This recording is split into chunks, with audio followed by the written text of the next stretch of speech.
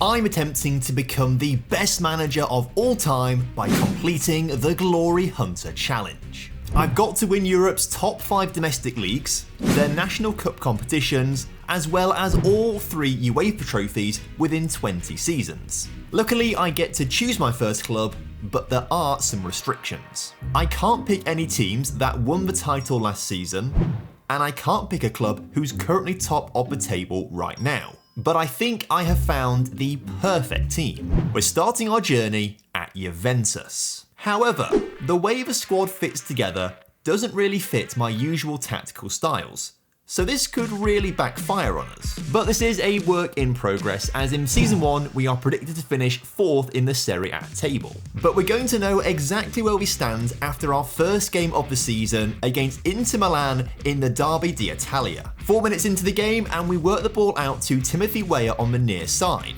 His man backed off him, allowing him to put a cross in the middle, which the defender helped into the path of Dusan Vlahovic, who gave us the lead.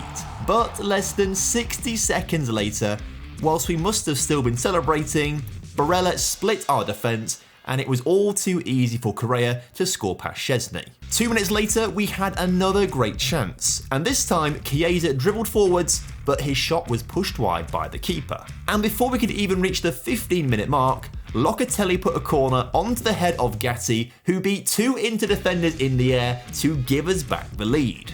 I am exhausted already. But anything we can do, Inter can do as well.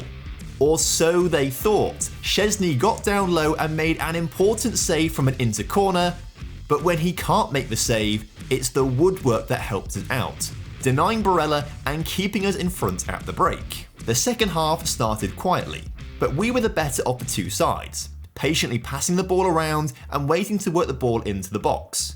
But as Cambiasso thought he'd got past Dumfries, he tripped him up and the referee awarded us a penalty. Somehow Dumfries wasn't given a second yellow card, but it doesn't matter when we go 3-1 up. So it was time to make a few changes to keep things fresh, and one of our substitutes, Milik, had a point to prove, receiving the ball in the area and firing in a 4th goal. However, the VAR pulled it back and ruled the goal out for offside. But he wasn't going to let that deter him. As we worked the ball down the near side, Vlahovic won a ball over the top into the area, squared it across to Milik, and finally he got his goal, taking us to an incredible 4-1 win on the opening day. If we play as well as that across the entire season, we could win the title in our first season, especially as we have no European football to distract us. If we're going to win a sneaky league title, this is the year to do it. We continued our impressive start by beating Torino 4-0 at home, but we did succumb to our first loss of the season as Roma beat us 2-0 in the capital. And after Giroud headed AC Milan in front, we had to rely on a Vlahovic penalty to earn us a 1-1 draw. The Serbian was by far our best attacker. He scored in a 4-0 win over Sassuolo, got himself a brace in a 4-0 win over Lecce in front of our home fans, and then scored 2 minutes into another 4-0 win, this time over Empoli, grabbing a second goal in the game 2 minutes before the end of time. Other than the Roma and AC Milan result, as well as a draw against Inter Milan at the start of November, we'd been incredible, and deservedly sat on top of the table a third of the way into the season. However, in December, we did start to slip up. Out of nowhere, Genoa scored 4 past us, including one from Cody de Winter, who's on loan from us to Genoa. And then we also conceded 4 against Cagliari as they totally trounced us. So I think we're going to need some reinforcements in January. We're using the real world game mode, which means all real life transfers happen on the exact same day in game. This means we have defender Thiago Dallo arriving on the 22nd of January, as well as Carlos Alcaraz arriving on deadline day to add some attacking options. But before then, we have the Coppa Italia to win. We enter in at the 3rd round, and Dusan Vlahovic scored a brace to help us beat Salernitana 2-0 at home. He then scored the only goal of the quarterfinals to beat Lazio and send us to the semis. The best part about the Coppa Italia is there aren't many rounds, so there aren't many games to play. We'll pick back up with this later on in the season. As in the meantime, Vlahovic was also scoring in the league, helping us get revenge over 10-man Roma by beating them 2-0 at our place. He also scored the only goal of the game in the 95th minute against Sassuolo to crucially win us the match, keeping us 3 points ahead of Inter Milan and 5 points ahead of AC Milan, 2/3 of the way through the season. But I fear things might be starting to fall apart. Despite going down to 10 men, Fiorentina still managed to find a way to score past us twice and beat us in Florence. Then, after Kostic gave us a lead just before half-time, Salernitana equalised in the 93rd minute. And so this gave Inter Milan the opportunity to overtake us with 8 games to go. So let's shift our attention back to the Coppa Italia. And we need to beat Roma over 2 legs. Luckily, Chiesa scored the only goal of the first leg and the entire tie, but we will miss him for the final thanks to a red card. Cambiasso is also out for the final, meaning that De Sciglio's first game back after a 10-month injury is the cup final against Inter Milan. Early on, we cleared a corner, but Inter kept coming back at us. Initially, we cleared their cross and blocked Barella's effort, but Fratesi was in the right place at the right time to hand Inter the lead. Then, minutes later, DiMarco's free kick hit the woodwork and rebounded to the feet of Bastoni, who just couldn't miss. Half-time, and we are down bad. The game was then killed off in the 60th minute. Weston McKennie lost the ball in the midfield, and very quickly it was put through to Thuram, who scored past Szczesny to win Inter Milan the Coppa Italia. So we aren't adding that trophy to our cabinet just yet. But we still have a shot in the league. Milik scored to help us beat Frosinone for a good start. Chiesa's goal just before half-time ensured we won an important game over Napoli 2-1. Then he scored a brace as we beat Hellas Verona 4-0, and then he added another to his tally in a 3-1 win over Atalanta. And after a 6-game drought, Vlahovic scored in a 5-1 win over Genoa. But we could only manage a draw away at Udinese, which is the difference between us and Inter. Whilst we won 5 and drew 1, Inter won all 6 of their remaining games, meaning they gain an extra 2 points on us and sit 4 points clear with 2 games to go. We need a miracle. But whilst we beat Cagliari 6-0, Inter beat Roma to lift the title with a game to spare. So we can be pleased that we came so close to doing the double, but this challenge isn't about coming close, it's about winning. So now we only have 19 seasons left to win all 13 trophies. So I'm feeling pretty sad about that. It's not the ideal start to the video, and today is my birthday. So to cheer me up for my birthday, I want all of you right now to press the like button and subscribe to the channel. It is my birthday, so you have to. Vlahovic scored 25 goals in the league to top the league scoring charts, and I'm pretty happy with my strikers overall. But I want to use our £47 million of budget to bring players in to play my system. So I'm looking for a right back, a right winger, and a centre mid. And for just £13 million up front, we signed right back Victor Gomez from Braga. Then for a bargain $16 million, we picked up Dani Ceballos from Real Madrid. And finally for $19 million, we signed Albert Gudmundsson from Genoa, who will compete with Matthias Sola, who returns from the club after being out on loan last season, for the right wing position. And it was Albert who scored our first goal of the season against Lazio, a perfect start for him, whilst Victor Gomez had a less than ideal start when he was sent off in the 45th minute. But thankfully, we won the game in the 94th minute thanks to a Kenan Yildiz free kick. Koni de Winter then got his first goal for the club after being out on loan last season, whilst Cambiasso scored in a 4-0 win over Torino. But Rafael Leao scored the only goal of the game as we lost away at AC Milan. Of course, this season we are back fighting on 3 fronts as we are once again in the Champions League. However, we have been given a very tough draw. But Weston McKennie scored a brace in a 5-0 win over Freiburg to get us off to the perfect start. But despite going 2-0 up against 10-man Benfica inside of 10 minutes, they fought back to draw the match 2-2. And that led us to losing 2-0 to Sporting in Portugal, leaving us feeling pretty low. But Chiesa was able to score the only goal of the game against Brest to get us back on track. Dani Ceballos scored his first Champions League goal for us as we beat PSV, but we had a disaster against Man City, going down to 10 men in the first minute of the game and losing 2 key players to injury as we lost. Luckily, neither of them turned out to be long-term injuries. This leaves us 12th in the league phase, almost certain to qualify for the knockouts. As for the league, Inter Milan also beat us. But after that, we won our next 12 games in a row, an incredible run of form that saw us top the table on New Year's Eve, 1 point ahead of AC Milan.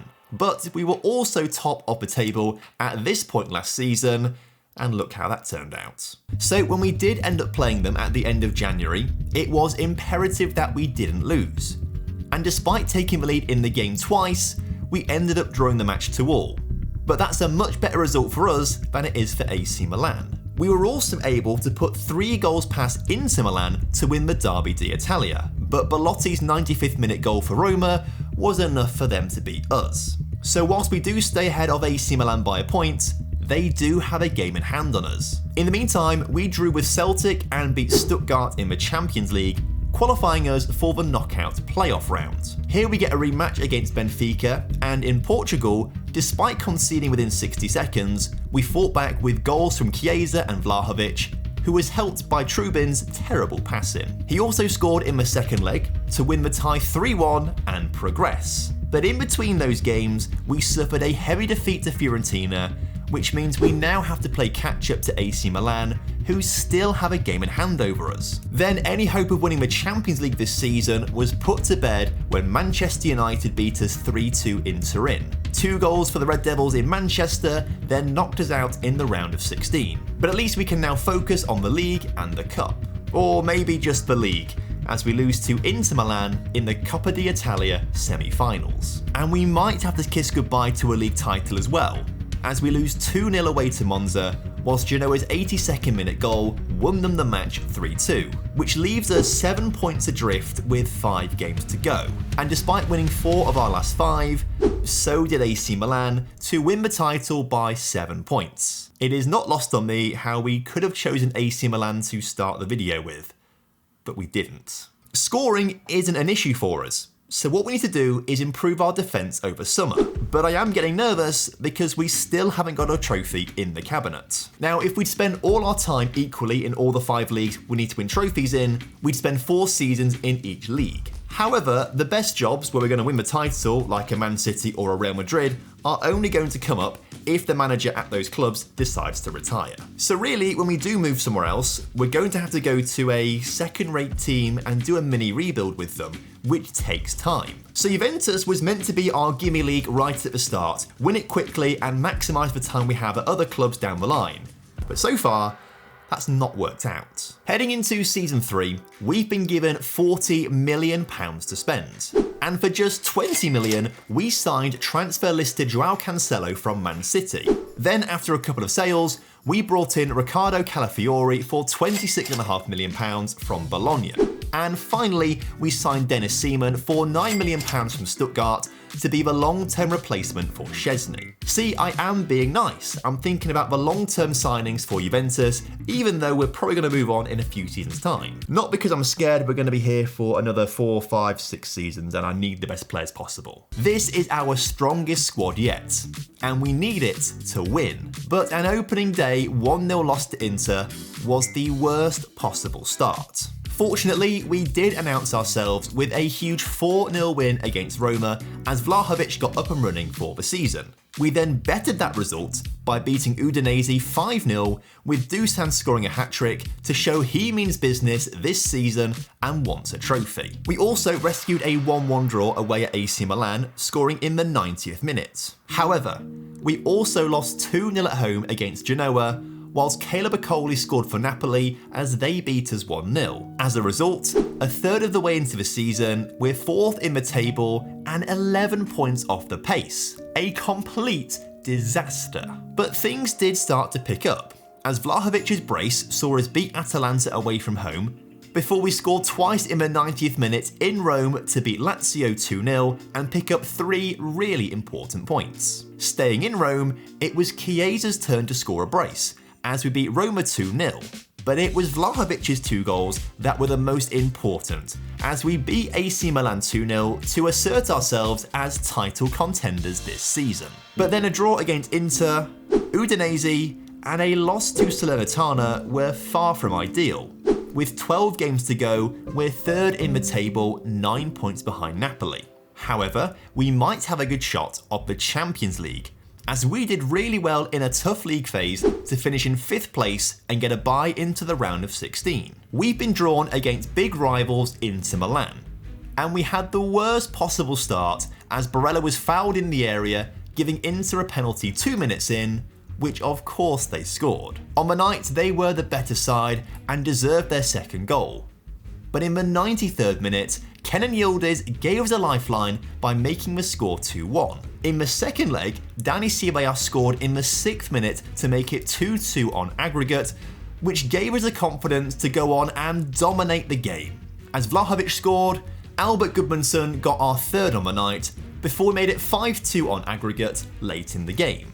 Inter did get a consolation, but we did enough to progress to the quarterfinals, where we've been matched with Chelsea. At home, we raced into a 2-0 lead, Federico Chiesa scoring both of the goals before 30 minutes had even been played. But Chelsea fought back, with Nicholas Jackson scoring in the 32nd minute, before Ben Chilwell equalised minutes into the second half. But Matthias Suller beat Chilwell in the air to head home a late winner, giving us the advantage as we head to London. However, Moises Caicedo scored 6 minutes into the game to level the scores on aggregates. And just as we thought we're going to extra time, in the 93rd minute, Benoit Badiashile scored from a corner to knock us out of Europe.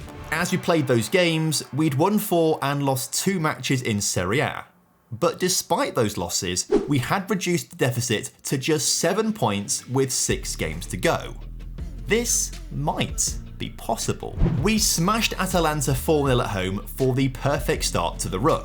Sassuolo took the lead against us at their place, and 22 minutes in, Cancelo was sent off for 2 yellow cards, but we fought back through Locatelli and a brace from Dani Ceballos minutes either side of half-time to win the game 3-1. Vlahovic then scored a brace as we swept aside Bologna 4-0, and we just managed to beat Monza 1-0 thanks to a Dani Ceballos goal.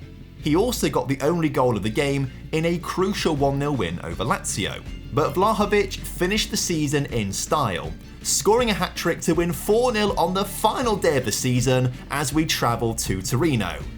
But did we lift the title? No.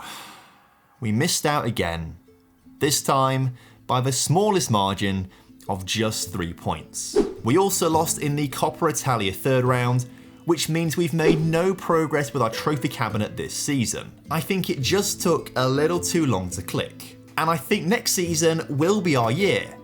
But how many times have I been saying that so far, and it's not happened? I do think we have a great team, and we're just 1 or 2 players away from the Serie A title. So we need to use our £55 million budget to improve our squad depth. Although in the end, we didn't actually spend that much money, because contracts in Saudi Arabia are coming to an end. So on a free transfer, we signed Frank Kessie, Alan Saint-Maximin, and Gabri Veiga, all from Al Ahly. That means they were all teammates together, so they should have some unreal chemistry as all 3 of them join the team. We also signed Patrick Dorgu from Lecce for £20 million, as well as Elia Caprie for just £1.4 million from Napoli to play second fiddle to Denis Seaman this season as we've let go of Szczesny. Finally, we picked up Moro Petkovic for just shy of £17 million to replace the outgoing Koni de Winter. I cannot wait to see the damage that this team can do this season. Although an opening day 0-0 draw wasn't really ideal, but beating Torino 10-1 the following game with 6 different goal scorers is certainly more like it. But we still couldn't beat Inter Milan, and we also drew with Salernitana as Locatelli was sent off. And to make matters worse, we ended up losing 2-1 to Fiorentina and to Parma by the same scoreline, who won the game with a 93rd minute winner. But we had won 9 other games, meaning just over a third of the way into the season, we sit 3rd in the table. We got a few more huge wins, as we beat Genoa 5-0 at home, Monza 4-0 away, with Gabri Veiga getting on the score sheet, while St Maximin scored in the 96th minute to beat Torino 4-1 away. But we still can't beat AC Milan, And despite taking the lead against Inter through Chiesa, they came back and scored 2 goals to win the match. So whilst it is really frustrating we just cannot seem to beat the Milan sides, they keep slipping up against everyone else, whereas we keep winning. We beat the likes of Lazio, Cagliari and Empoli with an Albert Gudmundsson hat-trick. And as a result, we sit 5 points clear of Inter Milan with a game in hand. Plus, we'd also had an incredible league phase in the Champions League, winning 7 of our 8 games, including scalps over Real Madrid and Bayern Munich to top the league phase table, going straight through to the round of 16. Here, we've been drawn against Chelsea, who knocked us out last season, and we drew the first leg in London 1-1. But Chelsea took the lead in Turin, putting us on the back foot. But in the second half, we pounced on a defensive error for Vlahovic to score, taking the game to extra time, where there was a foul in the penalty area following a corner, which allowed Dusan to win us the game and progress. Benfica await us in the quarterfinals, and we took the lead in the 74th minute, before then doubling our lead 2 minutes later. In the second leg though, Benfica scored first through Morato. But late on, we equalised on the night to win the tie 3-1 on aggregate, which means we're going to the semi-finals to take on Porto. Victor Gomez scored the only goal of the first leg in Portugal to give us a narrow lead. In Italy, Vlahovic scored in the first half before Chiesa sealed the win in the 57th minute to send us to the Champions League final. In the meantime, we're being chased down by Napoli and Fiorentina in Serie A. But we beat Napoli 2-1 thanks to a late Frank Kessie penalty, and we dispatched a Fiorentina 2-0 at home, which means with 5 games to go, we have a 6-point cushion at the top of the table. And we might even be on for the treble, because once again we've made it to the Coppa Italia final for a second time, but this time we play against Monza for the trophy. The first chance of the game fell to us. We played some beautiful passes to get the ball through to Vlahovic, but he somehow put his shot wide of the mark. Minutes later though, when he was given a second chance from further out, he fired his thunderous shot in off the crossbar to give us the lead. But of course, we let our focus drop, allowing Monza through. But luckily for us, Dennis Seaman had kept his focus and made a huge save to keep us in the lead. The only other chance of the first half came when Patrick Dorgu had a low shot deflected wide, meaning we hold on to a narrow 1-0 lead at the break. We needed an early goal in the second half. So when Joao Cancelo was allowed to waltz into the area and put in a low cross, the ball fell to Gabri Veiga, who put it in the back of the net, although it did officially go down as an own goal. Another chance came our way moments later, but the header sent the ball narrowly over the crossbar. But in the 82nd minute of the game, a ball was sent into the penalty area and Vlahovic was clearly pushed in the back and went down. The referee pointed to the spot, and Fagioli's first touch of the ball after coming on as a substitute was to put it in the back of the net, giving us a 3-0 lead. Monza were not giving up though, and they came close as they hit the crossbar late on, but it would have taken a miracle for them to get back in the game, especially after we scored our 4th goal in the 89th minute to seal the victory and finally lift our first trophy of the Glory Hunter Challenge, the Coppa Italia. Doesn't it look nice in our trophy cabinet? As for the league, the nerves were getting to us as we drew 0-0 with Genoa. However, we got back to winning ways against Monza as we won 3-0 at home before going to Bologna and recording a 6-3 win, which means with 2 games to go, we are 4 points ahead of our closest rivals Napoli, which means if we beat Udinese in our penultimate game, we'll win Juventus their first title in 7 seasons. The match itself wasn't particularly exciting. There wasn't a single highlight in the first half, with both team shots being really low quality. So at the break, I told the players I was not happy. And this got a reaction, as 10 minutes into the second half, Cancelo put a great ball into the path of St Maximin, but his shot was parried behind by the keeper. So as the game ticked on, it was clear we had to make some changes.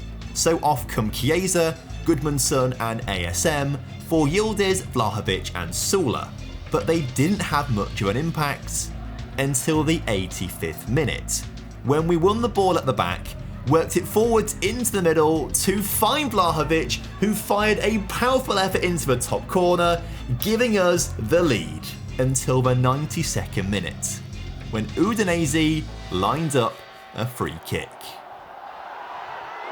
And that Dennis Seaman save won us the match and the Serie A title, meaning we get to add a Scudetto to our trophy cabinet and complete the Italian leg of our Glory Hunter challenge. But we could also be adding the Champions League trophy to the cabinet this season.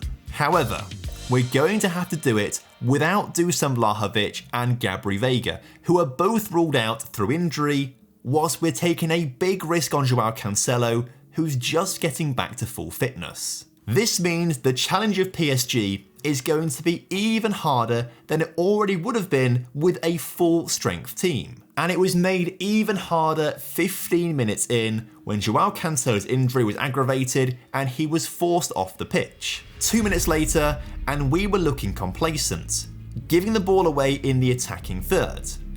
Luckily, we did force Mbappe to shoot from distance, and Seaman was on hand to make the save, meaning we go into half-time drawing 0-0, but we're on the back foot. The entire game was incredibly cagey, and neither side were creating many chances. 67 minutes in, and we'd still only had the one match highlight. So we made some changes, but even they didn't help, as the entire second half went by without a highlight, until the 93rd minute, where Rabiot put a ball over the top, but no one was in the middle to tap it home. We did win the ball back and recycle possession out wide. The cross was deflected, but Donnarumma was well positioned to stop it going in the back of the net. This means we're going to extra time, but we are the team on top. Now it's all about who has the legs to go the distance, and it looked like it might be us, as Dani Ceballos was brought down in the penalty area and the referee pointed straight to the spot. Kessie stepped up and gave us the lead. We have 20 minutes to hold on. But we almost conceded straight from kickoff. As the ball was put through for Mbappe, Seaman got there first, but the ball went straight to Lamina, whose shot, luckily for us, wasn't very good. In the second half of extra time, he was then given another chance, but Seaman made himself big and blocked the effort, which turned out to be a game-winning save. Incredibly, we've done the treble this season, ticking off one of the hardest trophies to win in Glory Hunter. Or is it? We've got 16 seasons left to win 8 domestic trophies, as well as the Europa and Conference League. So what we need to do is find a team that's down on its luck, i.e. they've missed out on the Champions League and they're qualified for the Europa League or the Conference League instead. But they have the potential to go on to win the title. So I'm thinking kind of like a Dortmund, they've missed out on the Champions League, but they do have the potential to build back and win the Bundesliga. But obviously, jobs like that don't come around very often. But there might be a perfect candidate available right now. The Villarreal job is available, having just sacked manager Daniel Farke for only being able to finish in 7th place in La Liga. So, I'm going to apply for the job. And 4 weeks later, I was invited to the interview. Firstly, they asked me about my inability to speak Spanish. Quisiera tu mandana, por favor. I think I rest my case. Naturally, they're worried I've never managed in Spain before, but if you've been around the channel for a while, you know exactly what I'm going to tell them. Also, if you've been watching my videos for a while and you haven't subscribed to the channel yet, this is now the perfect chance to do it. They're also impressed with my trophy haul from Juventus and wonder why I want to move on. But there isn't an option to explain the concept of Glory Hunter, so telling them it's time to take the next step is the best option. And now, we wait. And sure enough, the offer arrived, which of course we accepted. Villarreal finished 7th last season, so we have a shot of winning the Conference League. But the season preview had them in 4th place, so they have underperformed, and we might have a shot of winning La Liga this upcoming season. But whilst the first 11 is very good, there's not a lot of quality on the bench.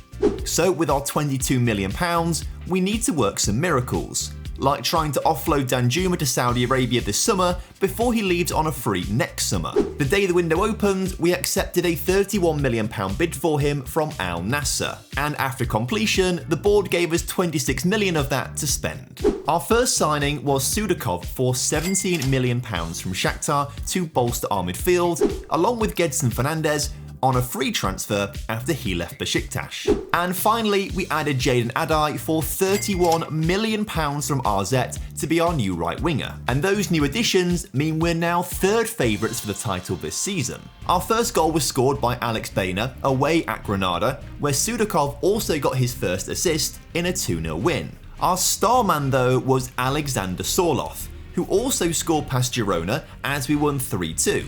He got himself a brace in a 3-1 win away at Espanyol, and scored another 2 in an impressive 4-2 victory over Atletico Madrid. In fact, he'd scored 10 goals in 6 games to put us on top of the pile early doors. But my main focus this season is the Europa Conference League, because we aren't going to have too many chances to win this competition. After winning our qualifying match, if we don't win all 6 of our league phase games, I will be cross. Ben Brereton Diaz helped us to a 3-0 win over Lask from Austria, whilst the regen from Villarreal's academy, Julian Ors, scored in a 5-0 win over Zelina from Slovakia. Konrad Laimer scored in a convincing 3-0 win over Ghent, but somehow Swiss side Servette missed a penalty but managed to hold us to a 0-0 draw. Baena got us back to winning ways with a 5-0 win over Dinamo Minsk from Belarus, and we rounded off the league phase with Ben Brereton Diaz scoring the 5th in a 5-0 win over Albanian side Partizani. That means we finish in 2nd place, with Chelsea and Frankfurt being our closest rivals. So obviously we've done very well there,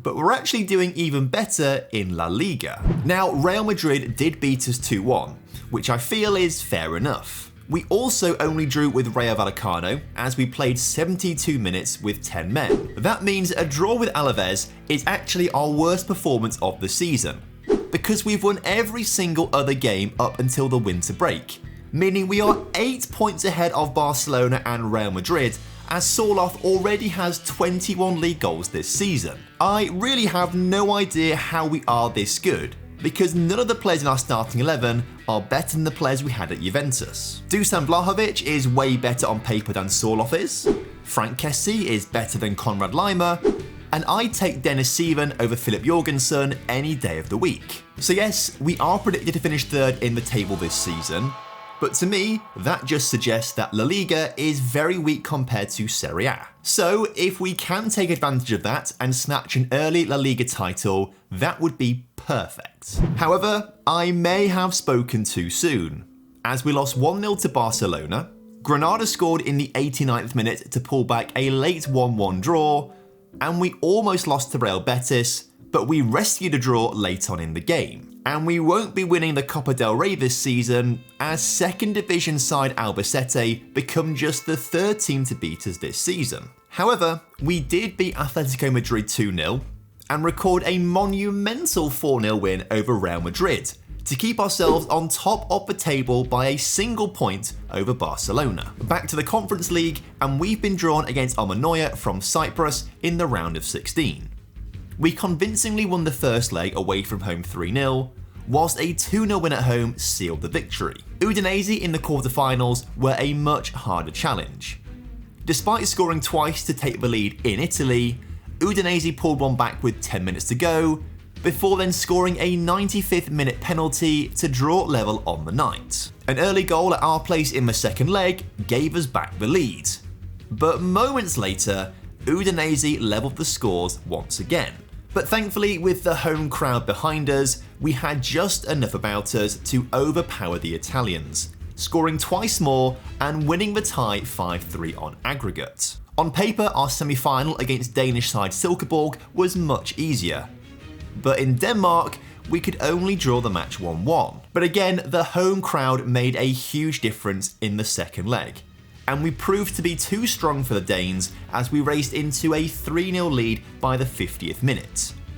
Silkeborg did score twice with 10 minutes to go to make things a little nervy, but we also scored late on to ensure we reached the Conference League final 5-3 on aggregate. We'll take on Chelsea at the end of the season in the final, which we need to win for our Glory Hunter Challenge. Back to the league though, and I think we've run out of steam. Despite picking up some decent wins over good sides, we were slipping up more and more. Timothy Weah, who had left Juventus for Real Sociedad, scored the only goal of the game for them to beat us. We also suffered a 3-2 defeat against Valencia, and the final nail in the coffin was a 1-0 loss to Barcelona, which enabled them to overtake us in the table and win the La Liga title. But second place is still incredible, and maybe with the right additions, we can challenge next season. We're going to miss our second top scorer, Alex Bainer, through injury for the Conference League final. But even if he was in the team, Chelsea's side is still stronger. But I have been downplaying our squad all season, and look what we nearly did in La Liga. So maybe we can go on to win this. We had the first chance of the game from a free kick, which was taken short to wonder kid Joan Anton, who scored an incredible effort from the edge of the area to give us the lead. But Chelsea have solid attacking threats, and not long later, from a free kick of their own, they worked the ball into the box for Nkunku to level the scores. And then just before half time, Ben Brereton Diaz, who was replacing Bainer, got himself injured. But his replacement, Ivan Jaime, had the first chance of the second half, forcing the Chelsea keeper into an acrobatic save. But just before the hour mark, Chelsea had a chance as Cucurella's cross found Nicholas Jackson at the far post, who gave the Blues the lead. Ivan Jaime tried his luck once again, this time from a free kick, and forced a great save out of the keeper. But the game may have just been killed off when Chelsea put another cross into the area that was cleared into the path of Yeremy Pino, who gave Chelsea a third goal. So to react, we made some changes and went more attacking, but with 15 minutes to go, it wasn't looking good. We came close again in the 84th minute as Sudakov's effort went just wide of the mark, but in the end, Keller in goal for Chelsea won them the match. This first season at Villarreal feels very much like our first season at Juventus. We could have won a lot, but we just fell at the final hurdles. Going forwards, we look great, especially with Sorloth's 36 goals in all competitions, 31 of which came in La Liga. So luckily, we have £64 million to spend to improve our defence for next season. But before we get around to doing that, RB Leipzig have offered us a job interview out of nowhere. They've finished in the Bundesliga's top 3 in the last 3 seasons. They also have a younger squad than Villarreal, and it does look better. So I am very tempted, and I've decided to do the interview. Despite them coming to me though, they're concerned I haven't managed in Germany. But I told them, obviously, it was my dream. They then wanted to know if I was happy to work with the director of football. So I lied and told them I was. And then they asked me if £82 million was enough spending money. I told them it was, and that was the interview done. But after all of that, they decided I wasn't the man for the job and went for Thomas Tuchel instead. So thanks a lot, tickling my balls for nothing. Instead, I sold £54 million worth of players, allowing me to seriously strengthen our squad. Notably, we signed Victor Gomez on a free transfer from our old club Juventus. But my favourite signing is Jurgen Yashkuri for £26 million from Anderlecht. I'm expecting a lot of goals from the man from Kosovo. After our spending spree, we have 6 new faces in the starting 11, and we need them to adapt quickly. So I decided to slowly introduce them. And Sorloth scored a brace in our opening day 3-0 win at home against Valencia. But obviously, with so many new players in the team, we did slip up against Zaragoza. But when it worked really well, as we thrashed Granada 5-1 away from home as Yashkuri scored a brace. whereas Ezequiel Gutierrez, a centre mid from Argentina, scored a brace in a 6-0 win over Alaves, with Victor Gomez also on the score sheet. Frustratingly, we did concede late to drop 2 points at Real Madrid, which is the reason we're only third place in the table a third of the way through the season. However, a loss to Sevilla, where Ruben Loftus-Cheek scored the only goal of the game, and a 2-1 defeat at home against Barcelona, coupled with a few draws, pushed us out of the title race. In the Champions League, we'd done well, including drawing against RB Leipzig, who we could have been managing instead. Agonisingly, we finished 9th in the league phase though, meaning we have to go through an extra knockout round. Obviously, given that we've already won this competition with Juventus, I'm not too fussed about winning it. But getting further and further in the competition gives us more money and more reputation to sign better players for the future. So away at Valencia, we stole a 1-0 victory to put us in the driving seat. But at home, we lost 1-0 as Harvey Elliott scored, and after 120 minutes, we were going to penalties, where Sudakov and Ezequiel Gutierrez both missed to knock us out the competition. So that's that, I suppose. However, we have made it to the Copa del Rey semi-finals, and in the first leg at home against Barcelona, we opened up the scoring and then doubled our lead in the second half to win the match 2-0 thanks to Yashkuri beating Allah in a foot race. Then at Camp Nou, Sudakov scored the only goal of the game to beat the Catalans 3-0 on aggregate and reach the final. But before we get to the final, I have noticed the Bayer Leverkusen job is available. They were predicted to finish 3rd place this season, but are currently in 7th. Now, it's going to take a miracle for us to win La Liga or drop enough points to qualify for the Europa League. So if we can get the Bayer Leverkusen job, but delay taking it until after the Copa del Rey final at the very earliest, we may be able to pick up 1 trophy with Villarreal and then move on to Bayer Leverkusen, where I think we're going to have a better shot of winning some more trophies. We have 1 month until the final, so it could work out pretty nicely. 10 days later, Bayer Leverkusen offered me an interview. Naturally, they asked about my lack of German experience, so I told them it was a dream to manage in the country. They then questioned me about my lack of jobs, so I told them it's because I'm so early in my career, and then they asked me if I'm in it for the long haul. Don't slag me off for staying at clubs for a long time, if that's exactly what you want me to do with your club. Then came the crucial question: can I join now or at the end of the season? So diplomatically, I said it would be best if I joined at the end of the season. So fingers crossed we get offered the job. And just 4 days later, the job offer arrived, crucially allowing me to join the team in May. So now we really need to win the Copa del Rey, else our entire stint at Villarreal was a complete waste of time. Valencia are a very beatable team, and 3 minutes in we had the first chance as the ball was played into Joan Anton, but he fired it across the face of goal. Left back Dashner did really well to beat 2 men on the near side, and then find a ball into Benya. Then with some really nice passing, we found Yashkuri in the penalty area, and with a neat bit of dribbling, rounded his defenders and opened up the scoring. But moments later, Valencia got the ball forwards quickly, and in a panic, tracking back, Gedson Fernandez brought down his man, and the referee pointed to the spot. Up stepped Galano, but keeper Milinkovic made a huge save to keep us in front. But the resulting corner was dangerous, leading to not 1, but 2 goal line saves before we cleared the ball to safety. We've been let off there big time. So at the break, we lead 1-0, but only just. Early in the second half, Victor Gomez intercepted the ball and put through Jaden Adai, but his effort went just over the crossbar. Victor Gomez was clearly one of our danger men, pumping balls into the middle and causing havoc. So when the ball was eventually cleared wide left and put back into the middle, Alex Benya was brought down on the edge of the area and the referee gave us a penalty. Adai had a chance to double our lead, but the keeper made a huge save.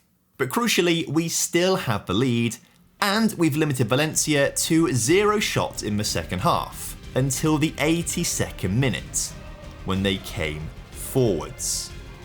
but lost the ball, allowing for us to counter down the right wing with substitute Ruben, who found a low cross into Ezekiel Gutierrez, who doubled our lead.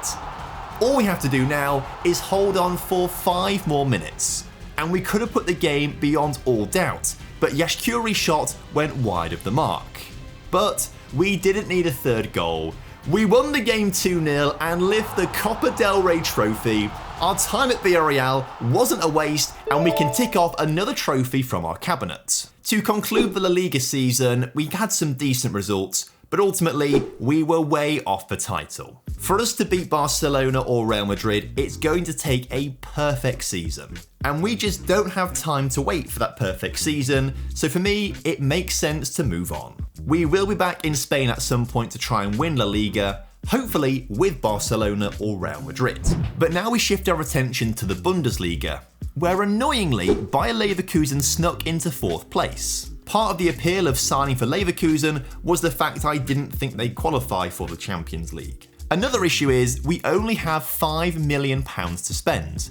We're way over our wage budget, and we have no wingers to play the formation that I want to play, which means we might have to play our Season 1 Juventus tactic, which I'm not a huge fan of. I didn't get a screenshot of it because I didn't think I'd need to, but if we'd stayed at Villarreal, we would have had 70 million to spend. But before we can even make transfers, we have the Club World Cup this summer. Interestingly, we won each of our group stage games 4-0, which is pretty good for a team with seemingly few attackers to end up topping the group. Our first signing of summer was Diogo Costa on a free transfer after he left Al Ahly in Saudi Arabia. But as it's mid-tournament, we can't register him to play in the Club World Cup. Hopefully this means we can sell our current keeper Jonas Erbig for some big money, especially as he wasn't good enough to keep a clean sheet against Juventus in the second round of the Club World Cup, as we lost 2-0 and got knocked out. Now this is where things are about to get even more frustrating. Despite having £121 million in the bank, the board are only letting me spend 65% of sales that I make. So that makes buying better players for the team even harder. I did ask the board to bring it up, and they did, but only to 80%. Luckily, that was before we sold Barreiro, Erbig, and Palacios for big money, which allowed us to bring £61 million worth of players into the club, including a 33-year-old Jack Grealish, and a transfer-listed Michael Olise for just $9.5 million from Barcelona. But the Englishmen are going to be backups this season. The real stars are 22-year-old Estevao, bought for just £19.75 million from Palmeiras, and 18-year-old Oscar Herrero, who we signed for just $5.5 million from Penarol in Uruguay. These new transfers mean we are predicted to finish second in the table this season, behind Bayern Munich. We started the season with an important 2-1 win over Dortmund. Estevao scoring on his debut in the 93rd minute to win us the game and become a fan favourite. He then opened up the scoring in a 2-1 win over Wolfsburg and made it 3 goals in 3 games as we beat Nuremberg 3-0 to continue our winning start. But it wasn't all winning. We had goalless draws with Frankfurt and Werder Bremen, and even lost 1-0 to Borussia Mönchengladbach as they scored in the 91st minute to defeat us. A third of the way into the season, and we're only in 3rd place, but just a point behind Eintracht Frankfurt. However, we started to lose ground in the title race when Bayern Munich beat us 1-0 away from home. And things only got worse when we suffered a 2-0 defeat away at Borussia Dortmund. But we were able to beat RB Leipzig 3-1 to get our own back on them for rejecting us. And we pulled off another 3-1 win over Frankfurt, which moves us up to second in the table, but 10 points behind Bayern, who have been in incredible Bundesliga form, as well as Champions League form, being the only side to beat us in the league phase, which means we finish in second place in the table, behind Bayern. In the round of 16, we've been drawn against Arsenal, and in London, we won 2-0 thanks to Marcos Leonardo and Estevao scoring the goals. A 2-2 draw in the second leg saw us progress. We came up against Barcelona in the quarterfinals and won 1-0 in Barcelona, before we put on the performance of the season at home to beat the Catalans 3-1 and make it to the semi-finals. I would be excited about this, but we have already won the Champions League. Back to the Bundesliga, and we'd been incredible. We just couldn't stop winning games, and a title push was looking really likely. Especially when we played Bayern Munich and ended up beating them 5-3, which felt like a real turning point for us. The issue is, Bayern were also winning pretty much every game, and we ended up losing to RB Leipzig, which means we're now 7 points behind with 3 games to go. Pretty much impossible. Obviously, they'd also knocked us out of the DFB Pokal, meaning we're now only playing for the Champions League. AC Milan await us in the semis. And in Italy, a tight game was won by Odilon Cossonau, who scored in stoppage time in the first half. Which means we're 90 minutes away from the final, and Esteval put us closer to it as he opened up the scoring in the second leg. 10 minutes later, thanks to a lucky deflection, we doubled our lead on the night, and just before half-time, the man Marcos Leonardo gave us a third to make sure we win 4-0 on aggregate and reach the final. But Man City are going to be incredibly difficult to beat, especially with our former man Palacios at the heart of their midfield. However, 4 minutes in, Man City made a mess at the back, giving the ball away and allowing Marcos Leonardo to shoot and hit the crossbar. But the ball fell to Herrero and the Uruguayan teenager fired us in front. 5 minutes later though, and Man City were trying to make amends. We just couldn't clear the ball, but luckily Diego Costa was on hand to make a huge save. But they just wouldn't give in. Doku put a ball into Haaland, who got the citizens level, until his effort was disallowed for offside. But if at first you don't succeed, try and try again, and that's exactly what Man City did as Oscar Bob assisted Nico Williams. Man City had a lot of possession in the first half, and I think that made us nervous because when Nico Williams put a ball into the middle, we didn't know how to deal with it, and finally Erling Haaland got his goal.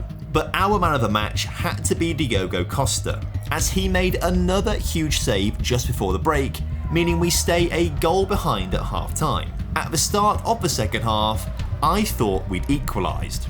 A great run down the right saw the cross met by the head of Herrero, who put his effort just wide. And as I was about to make some changes, Frimpong picked up an injury that forced him off the pitch. Despite everything we tried, we just couldn't find an equaliser, let alone a winner.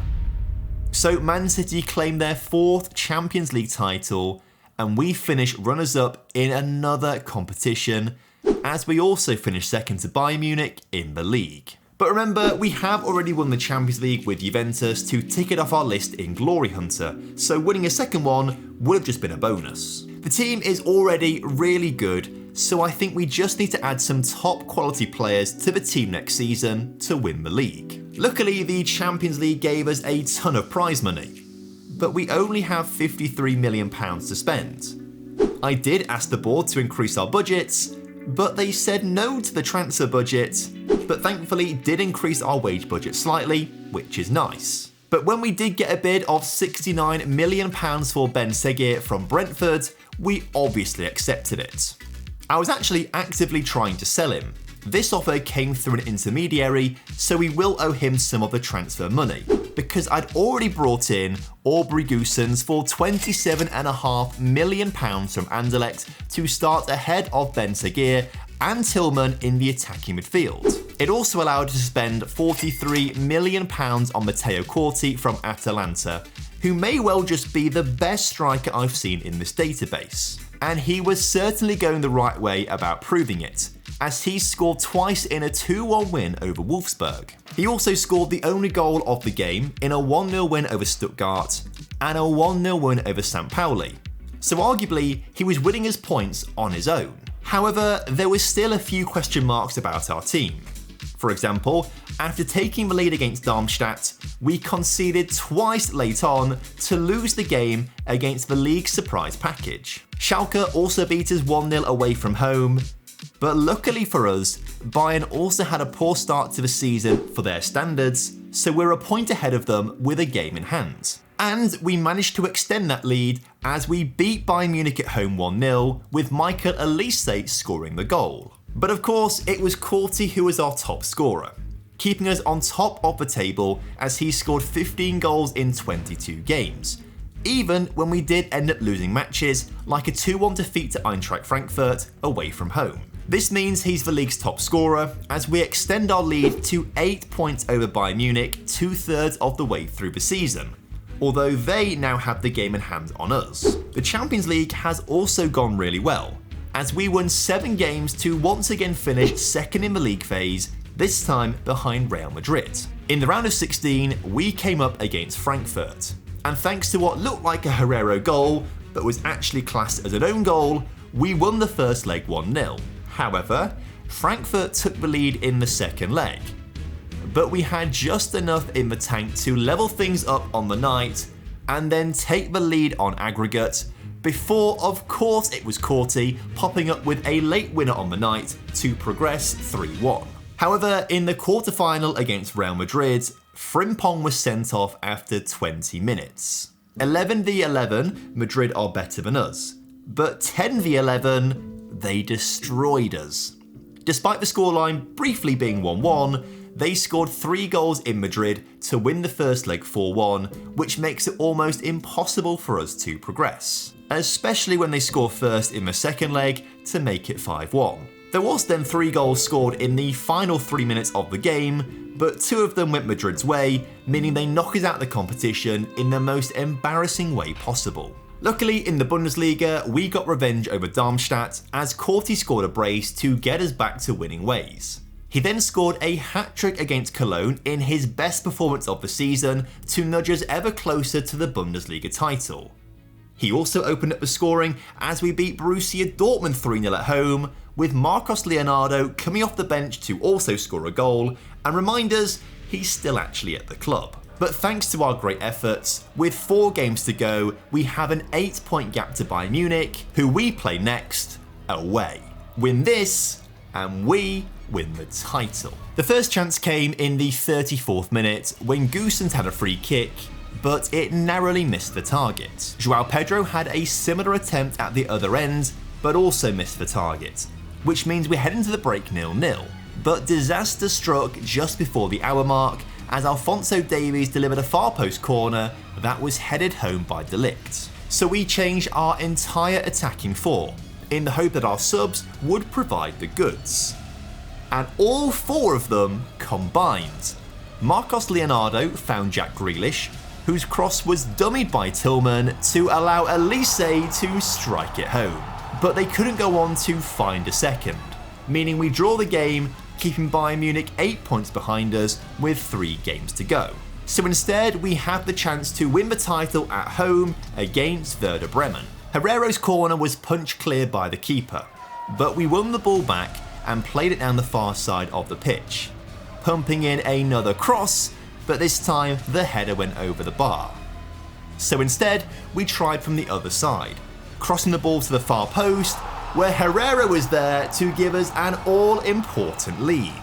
Then, less than 60 seconds later, we tried a very similar move from the other side, which allowed Aubrey Goossens to double our lead. And before we could even reach the half-hour mark, Castro found Herrero in the penalty area, who danced around the defenders to finish for our third.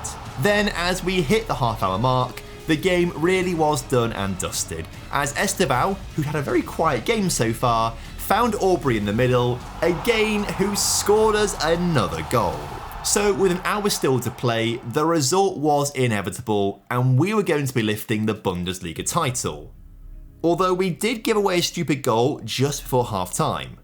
But I'm pretty sure this won't be leading to a Werder Bremen comeback.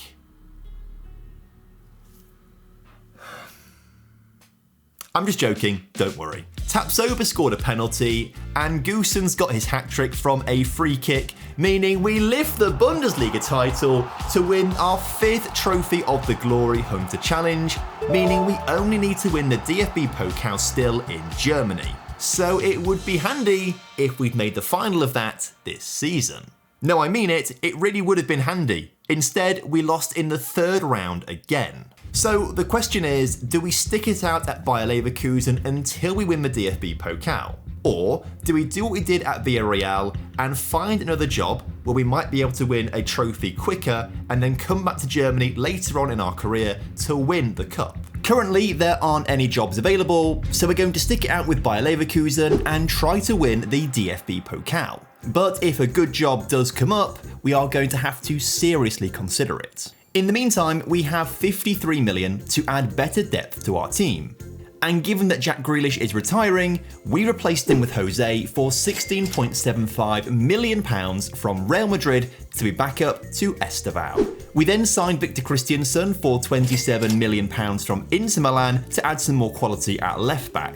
Centre back Cossonau asked to leave the club, which was very handy as I was going to sell him anyway. Thankfully, Newcastle paid us £37 million to take him off our hands, giving us the £20 million we needed to sign his replacement, Gabriel Castro from Boca Juniors. Things were looking superb, but then disaster struck. Our best player and top scorer, Matteo Corti, left the club for his release fee clause of £79 million to Arsenal. So if the Arsenal job does come up, I will be applying. But this seriously damages our hopes of winning the DFB Pokal this season. Luckily though, we have a lot of money to sign a replacement. But when we saw Matthias Tell was transfer listed for just 15.75 million at Bayern Munich, it felt wrong if we didn't go for him. So in he comes on a cut price deal to compete with Marcos Leonardo. And just as I thought our window was coming to an end, Al Hilal bid 41, rising to 51 million for 32-year-old Morten Hulmand.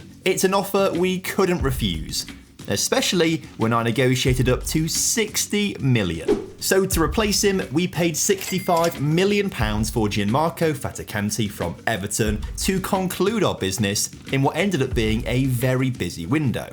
But things are about to get more crazy, because less than an hour after signing Faticanti, completely out of the blue, Arsenal have offered me a job interview. That's because a day earlier, Arteta left the current Champions League holders Arsenal to join PSG. Plus, they've also finished in the Premier League's top two each of the last 3 seasons. So now my thinking has completely changed. We could join a complete Arsenal squad, who just won the Champions League and have signed arguably the best striker in the world off us at Bayer Leverkusen. There's a real chance we could do the English double in just 1 season. So really, we have to do the interview. Despite being English, they are concerned I haven't managed there before. And you know exactly what I'm going to say. That's right, subscribe to the channel, please. They're also asking why I've only managed at 3 clubs, so I've decided to tell them that I'm loyal, which was a good answer because they then asked me if I would be at the club for the long haul. I lied and promised them I would be. I will do anything for a transfer budget of 170 million. The issue is, I've just spent so long completing this transfer window at Bayer Leverkusen and I'm really invested in the team. But Arsenal are now offering me the job and I have no idea what to do. Emotionally, I'm with Leverkusen. But logically, to have a better chance of completing the Glory Hunter challenge, we've got to go to Arsenal. So, I'm now a gunner. But there is an issue, as 6 of our starting 11 are 29 and over.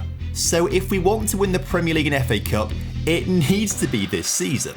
Martin Odegaard scored the first goal of our reign at Arsenal, whilst our old friend Corti scored the second in a 5-0 win on the opening day against Sunderland. However, I did lose my first North London derby 1-0 away from home. But Wes Fofana got us back to winning ways against Manchester United, whilst Corti was making himself a candidate for the league's top scorer with the only goal of the game in a win over Newcastle. In general, we'd had a kind start to the season, avoiding the likes of Man City, Liverpool and Chelsea to top the table a third of the way through the season, exactly where we need to be. However, our results against the top sides weren't great. Heading into the 90th minute, we were drawing 1-1 with Chelsea, but luckily for us, we thought we'd scored the winner in the 94th. Only for Chelsea to equalise 3 minutes later and draw the match. Liverpool were the better side when they came to the Emirates, and we were very lucky to get an equaliser in the 91st minute to pick up a point. But Erling Haaland gave Man City all 3 points when we travelled up north. We did manage to secure a 4-0 win in the North London derby at home, and big spenders Newcastle were brushed aside 3-0. So despite dropping some points, we were still outperforming the other top teams, meaning we have a huge 11-point lead over Man City after just 23 games, although they do have a game in hand. But whilst the Premier League is going really well, the same can't be said for the Champions League. We ended up losing to our former club Bayer Leverkusen, as well as suffering defeats to Inter Milan and drawing with another one of our former clubs, Juventus. This means we finish 11th in the league phase and have to go through an extra knockout round. Here we managed to batter Lazio, only for us to then get battered by Bayern in the round of 16. Good job we aren't particularly fussed about the Champions League, as we've already won it. Obviously our focus was the Premier League. Adam Wharton scored a brace in an important 2-0 win away against Manchester United. Courty scored himself a hat-trick in a 5-0 win over West Ham, whilst Bukayo Saka helped us to a 3-0 victory against Bristol City. So, with 4 games to go, we have a 10-point lead over Man City, and if we win our next game at home against Chelsea, we win the title. 3 minutes in and we had a golden opportunity, but somehow Ødegaard just couldn't get the ball in the back of the net.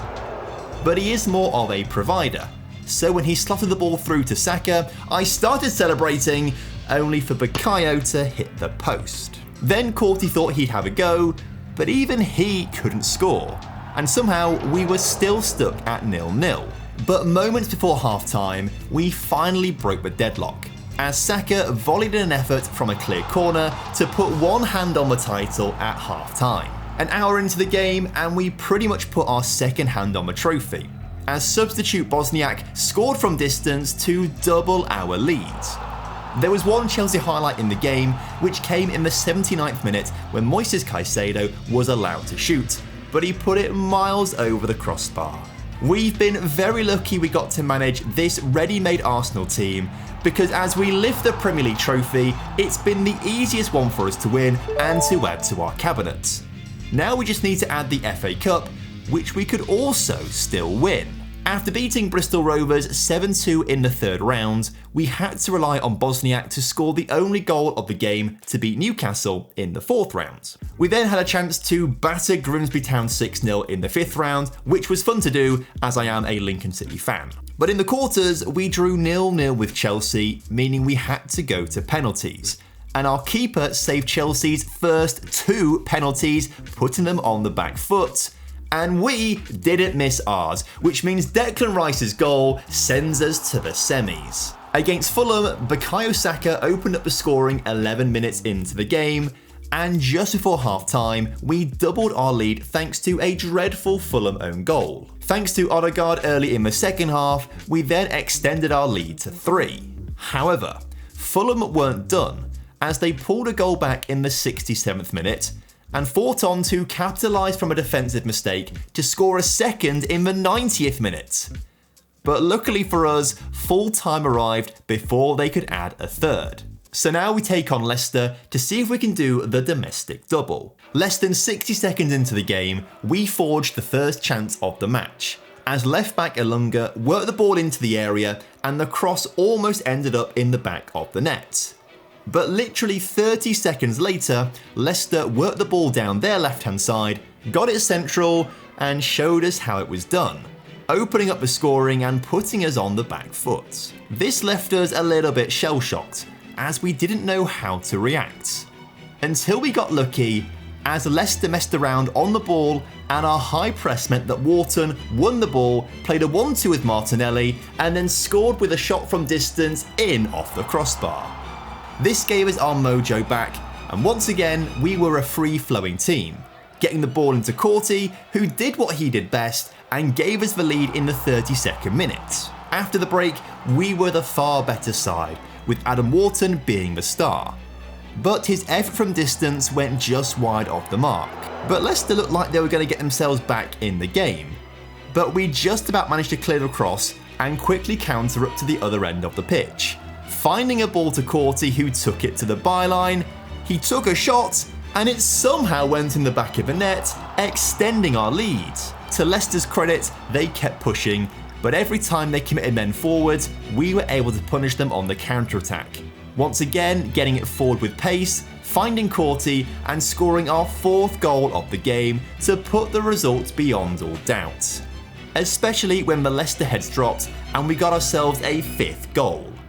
It turns out leaving Bayer Leverkusen was the best decision we've made during the Glory Hunter Challenge, as we've managed to tick off both English trophies in a single season. So now we can focus on winning some other trophies elsewhere, but the only issue is there aren't any desirable jobs available right now. Now normally I would say it's more advantageous to keep your job and look for another one whilst you're still managing the team. But I've got another 3 years on my contract at Arsenal worth £110,000 per week, and not many clubs will be able to afford to buy me out of the contract. So I'm going to resign from Arsenal to give myself the best chance of getting a new job. But obviously this is going to take some time, and nothing good comes up until November. I really want the Marseille job, but it would take a bit of a rebuild. But if anyone can beat PSG, it is this lot. However, I can't apply for the job, only declare interest. So I tell the media I see the club's potential, and I'm now the favourite for the job. But it turns out the reason that I couldn't apply was because Marseille already had a man in mind. Patrick Vieira takes the Marseille job. So we need to look elsewhere. And it might be Sevilla. It's less attractive from a La Liga standpoint, which we still need to win, but they are in the Europa League and currently sit 3rd in the league phase. So I applied, much to the delight of the fans, who apparently adore me. Thankfully, I was given an interview. Apparently, my half a season unemployed is too long, but I convinced them I was just waiting for the right club. But when asked if I can turn the team around, I did let my ego get the better of me, and I told them just look at my impeccable reputation. But they did seem to like that, as just a few days later, a job offer was on the table, and I was appointed Sevilla manager. The team are currently 13th in La Liga, but there's enough time to turn that around and push for a European spot. Obviously though, our focus is on the Europa League, where we've already qualified for the knockout rounds. We have a very good keeper in Luan, and a very fast dribbly boy in Cristiano, but he can't really cross or shoot. There's also a lot of really old players who are now way past it. So if we stay longer than just this season, we're gonna have to do a total rebuild of the Sevilla team. Fortunately, we arrived just before the start of the January transfer window. So before our first game, we signed Wunderkid Gustavo for 20 million from Gremio, and Wunderkid winger/striker Philip Kubik for just £4.8 million from Partizan. Anyway, we're going to have a baptism of fire here because our first game in charge is against Real Madrid. So it's my debut as well as that of Gustavo and Kubik, who managed to get a goal in his first game, an incredible moment if we didn't lose 4-2. Madrid, by the way, are managed by Ange Postecoglou, which I absolutely adore. Our final January signing was Vlad Dumitru for £3.5 million from Voluntari in Romania to add some depth at left back. It's a shame. Hopefully we won't be at the club by the time all these wonder kids actually mature. But they're very good right now, and they were the most cost-effective players to bring into the club. Now luckily for us, we did win our second game in charge as we thrashed Espanyol 4-1. We then won our final 2 Europa League games against Wolfsberger 2-0, and then recorded a monumental 9-0 win against Sheriff Tiraspol, with 3 of our new signings getting themselves on the score sheet. This means we finished the league phase in 4th place. But despite the big wins, the players are still learning my tactics, and suffered defeats to Zaragoza, Atletico Madrid, and Mallorca. Our first Seville derby against Betis ended as a 1-1 draw, with both goals being scored early in the first half. But then things started to fit together nicely, as we scored from set pieces to beat Rayo Vallecano 3-0, and then battered Real Valladolid 4-0 at our place. In fact, since a dodgy January, we'd gone on a 9-game unbeaten run that saw us rise at the table to 9th place, 6 points away from the top 7 with a game in hand. We do need to make sure we finish in the European places in case we don't win the Europa League. In the round of 16, we travelled to Feyenoord, scored twice in the first 60 minutes, and looked like we were cruising to victory. That was until the Dutch side scored twice in the 90th minute to pull back a very frustrating draw. But thankfully in the second leg, our new boy Kubik assisted all 3 of our goals as we put Feyenoord to the sword and beat them 3-1 on the night to progress to the quarter-finals. However, Borussia Dortmund opened up the scoring as we messed around at the back. It took until the 67th minute for us to work our way back into the game and claw back a goal, only for us to then collapse again a minute later and concede another goal, which was followed up by a very decent Dortmund move for the Germans to win 3-1 on the night. And the game in Dortmund was going to be even more difficult for us.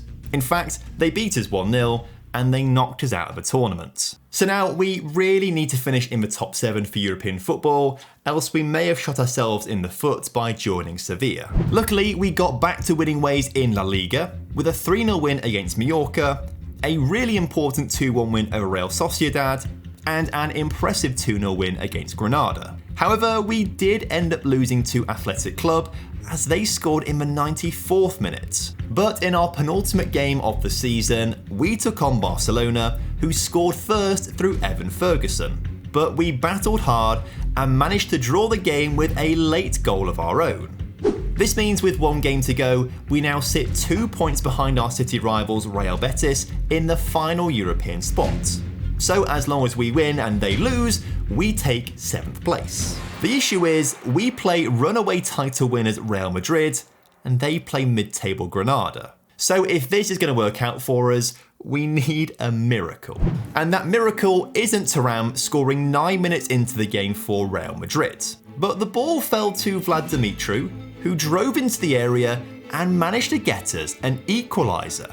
And then late in the game, Isaac Romero, who was left completely unmarked, allowed him to power home a winner, giving us all 3 points. Against the odds, we defeated the La Liga champions, despite them being the better side on the night. But what about Betis? Well, Granada beat them 1-0, which means we sneak ourselves into 7th place and secure a Conference League spot for next season. So now we have £37 million to build a squad capable of winning the tournament. This was then doubled when Al Ettifaq bid £36 million for 33-year-old Isaac Romero, which obviously we accepted. After a few more sales of older players and releasing a few others, we have £100 million to spend and £500,000 a week in wages. So I spent nearly all of it on 8 new players. Notably, our new best centre-back Bastian for £19.5 million from Bristol City, as well as Julian Ors for £17.75 million from Villarreal. He was our backup striker there when we were the manager, and he is certainly capable of being our first choice here. But I have had to change formation, and it makes me nervous. I'm actually using one that myself, Zealand and Clates reviewed on a video on Zealand's channel. So hopefully that video is out by now, else this is going to be a really big spoiler. But basically, we have no good centre mids, so we're going for a we'll score 1 more than you kind of tactic. The guy who made it said it works really well when we reviewed it, so we are really putting this one to the test. On the opening day, we beat Villarreal 3-2, in a real we'll score 1 more than you kind of game. But we actually played really well defensively in a 2-1 win away at Atletico Madrid. But then we capitulated on Derby Day as we lost 3-0 to Real Betis, who exploited our lack of midfield. However, we also beat Osasuna 7-0 to restore my faith in the system, which actually was looking quite good defensively in most games. We kept 5 clean sheets on our opening 12 games of the season, incredibly putting us 3rd in the table, albeit 7 points behind the leaders, Real Sociedad. Personally, I did not think this team would be good enough to challenge for the La Liga title. But we might have a shot if we can get good results in this run of 6 games in a row against the other 6 teams in the league's top 7. It started out pretty well as we beat Valencia 3-1 away from home. But we began to falter as we lost 2-1 to Real Sociedad at home, and then when we travelled to Madrid, we also lost to Real 2-0. But results picked up a bit when we drew 1-1 at home against Barcelona, and against Atletico Madrid when they came to visit us as well. We did well to avoid defeat against Villarreal, which means we picked up 6 points from an available 18, which in truth is probably better than we should be getting. It does put us a good way off the title fight, but we are still just ahead of our other rivals for European spots. Speaking of Europe, after beating Bran in the qualifying round, we'd won every single game in the league phase, putting us on top of the pile and surely favourites for the trophy. Before the knockout rounds though, we went on a superb run. We beat our city rivals Real Betis at home 4-0 to claim victory on Derby Day and the bragging rights. This was part of a run of games where we had 5 wins in 5 to put us in the best possible form ahead of our games against Lubin from Poland and up to second in the La Liga table, which is actually a little bit annoying. We're too far behind Real Madrid to challenge for the title, which we still need to win, but we aren't going to drop enough points to fall into the Europa League spots for next season. In the round of 16 first leg away at Lubin, Gustavo opened up the scoring before defensive midfielder Hodzic scored a second to double our lead before half-time. Julian Ors scored a banger in the second half to win the first leg 3-0. He then scored twice at home in a 4-0 win in the second leg to progress to the quarter-finals as 7-0 winners on aggregate. Swedish side Hammarby awaited us, and in Stockholm we made it look easy, as Gustavo opened up the scoring and then finished it off with a penalty before half-time to win the first leg 4-0. And the second leg was even better for us, moving us into the semi-finals, where we thought Fiorentina would be incredibly difficult. But once again, Gustavo proved to be our most effective goal scorer, as he picked up a brace, whilst Julian Ors scored a third in a comprehensive victory. In Florence though, Fiorentina scored first, making us a little nervous. But all the nerves dissipated when Cristiano got us back on level terms and Julian Ors gave us the lead in the second half. Fiorentina did manage to equalise on the night in the 87th minute, but we managed to score in the 90th minute to not just win on the night, but also 6-2 on aggregate. This means we'll be taking on Freiburg in the final. As for La Liga, nothing really changed, as we stayed in second place, qualifying for next season's Champions League, 11 points behind what seems to be an unstoppable Real Madrid. But now our focus turns to our second Conference League final. Remember, we did lose at this stage of the competition when we were managers of Villarreal and we lost to Chelsea. In the first highlight of the game, we worked the ball out wide with some quick passing to Andrade, who managed to finish underneath the keeper to give us the lead. The best part about this formation is that when you lose the ball in attack, there is immediately another player there to win it back straight away. This creates constant chances for us, although this one didn't end up troubling the keeper. But the tactic also creates mental overloads in the penalty area. So when Dimitru intercepted the ball and found Cristiano, he had the choice of 4 players within 10 yards of the goal, but he picked out Ors, who made it too. We tried a similar move from the other side of the pitch, but this time Ors was tripped up in the penalty area and the ref pointed to the spot. As is always the way in Football Manager, our right back has great penalty taking attributes and managed to extend our lead in the 35th minute. 2 minutes later, we had another chance as Hodzic carried the ball forwards, found Gustavo on the edge of the area, whose powerful effort went past the keeper. Despite the match stats being really even, the game is practically won at half-time. And if it wasn't, it must have been in the 47th minute when Kubik intercepted the ball, Gustavo helped it forwards, and Julian Ors scored his second and our 5th of the night. Obviously, we were feeling pretty sorry for Freiburg, so Bastian decided to be a gentleman and turn a cross into the back of his own net. But this upset our strikers, who wanted a 5-goal lead back. Dimitru put a ball over the top for Cristiano, who found Ors in the middle to complete his hat-trick. But he wasn't done there, as in the 60th minute, he got on the wrong side of a defender and finished for his 4th of the night. 6 minutes later, we made it 8-1 as Dimitru hit the post and Kubik picked up the scraps. And finally, in the 90th minute, substitute Zoran made it an incredible 9-1 on the night. Annoyingly, we couldn't get to double figures, but I still think this is one of the most convincing cup finals of all time, meaning we lift the Europa League trophy and add it to the cabinet. And given how good our season was, with La Liga still to win, it would be silly to leave the club. Now obviously this formation gets goals, We have been unreal this season as 4 players hit 20 plus goals in all competitions. So if we can improve on what we have right now, we might actually be within a shot of winning La Liga next season. However, we are £7 million in debt, and we only have £25 million in transfer budget. So we could only afford to sign 3 squad players to replace some outgoing backups.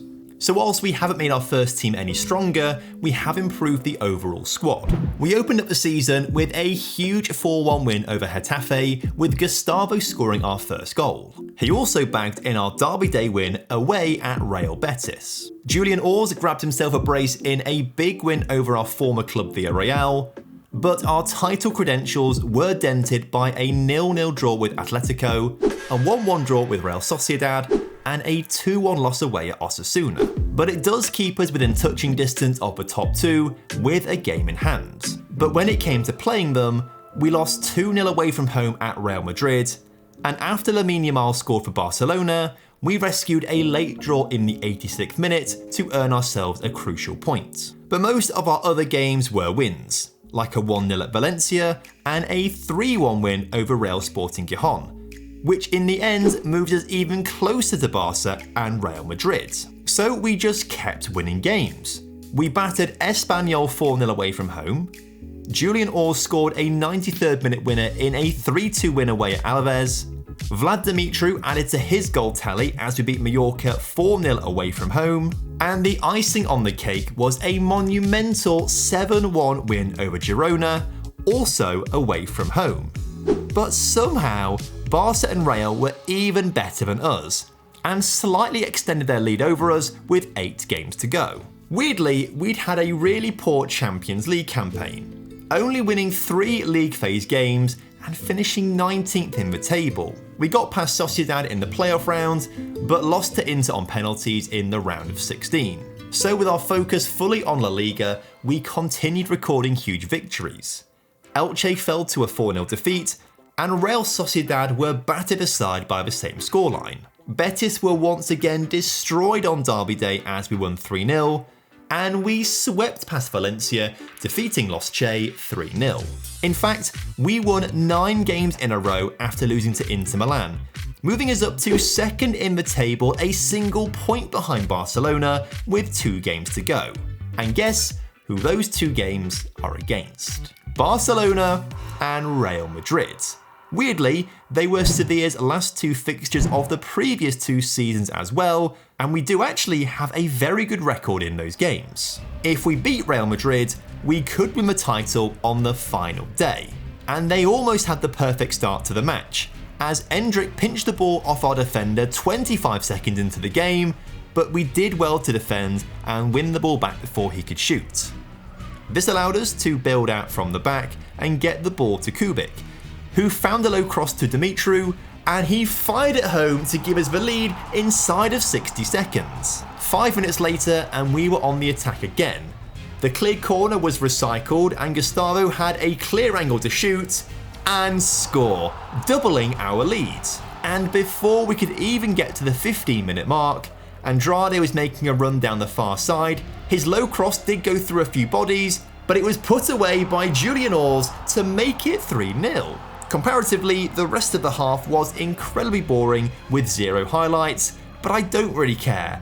We are 3-0 up at half time. And 5 minutes into the second half, Real cleared a corner.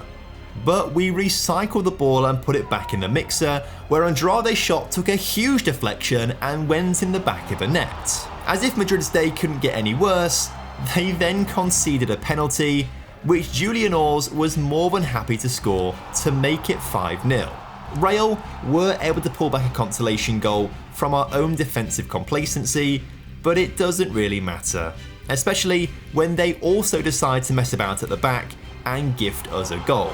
It is a historic victory that means we're just 1 win away from lifting the La Liga title. But we need to beat league leaders Barcelona in Barcelona. The first chance of the game fell to the Catalans from a throw-in. Garcia found Musa in the area, and his low, powerful shot ended up in the back of the net. But less than 60 seconds later, we were on the attack, as we worked the ball down the far side of the pitch. Kubik found Gustavo, who put in a low cross, and Ors managed to finish past the keeper. Buoyed by our goal, we wanted more, and we played some fast-paced passing through the midfield, once again getting the ball into the feet of Ors, who scored his second. But was he onside? Just. It's the tightest of calls, but we are in the lead. However, Barcelona were going to keep fighting, and somehow we kept out their header from a corner just before half-time. At the other end of the pitch, Ors was looking for his hat-trick, and in the second half, Lehmann put a cross into the middle, and the ball flew up into the air, but Ors' header went just wide. But as we were so aggressive in getting bodies forwards, we were exposed at the back, and we had to rely on our keeper to keep us in front. So it seemed pretty sensible for us to be wasting time as much as possible. However, in the 80th minute, it seemed like the moment was coming for Barcelona, as they got on the counter-attack, finding Lamine Yamal, but his cross was cleared. We then defended incredibly well to stop the shot and go on a counter-attack of our own. But because I told my players to waste time, Lehmann decided to retain possession rather than poke the ball through and missed a great opportunity to put the game beyond all doubt. We did have another chance though. As Barcelona committed more and more men forward to try and get a goal, we could try and thread the ball through the gaps. Ors was completely open in the middle of the penalty area, but somehow he didn't complete his hat-trick. But luckily for us, we had just about done enough. We are the champions of Spain with Sevilla, winning our 4th trophy of the video. This means we've got 8 seasons left to win just 4 more trophies.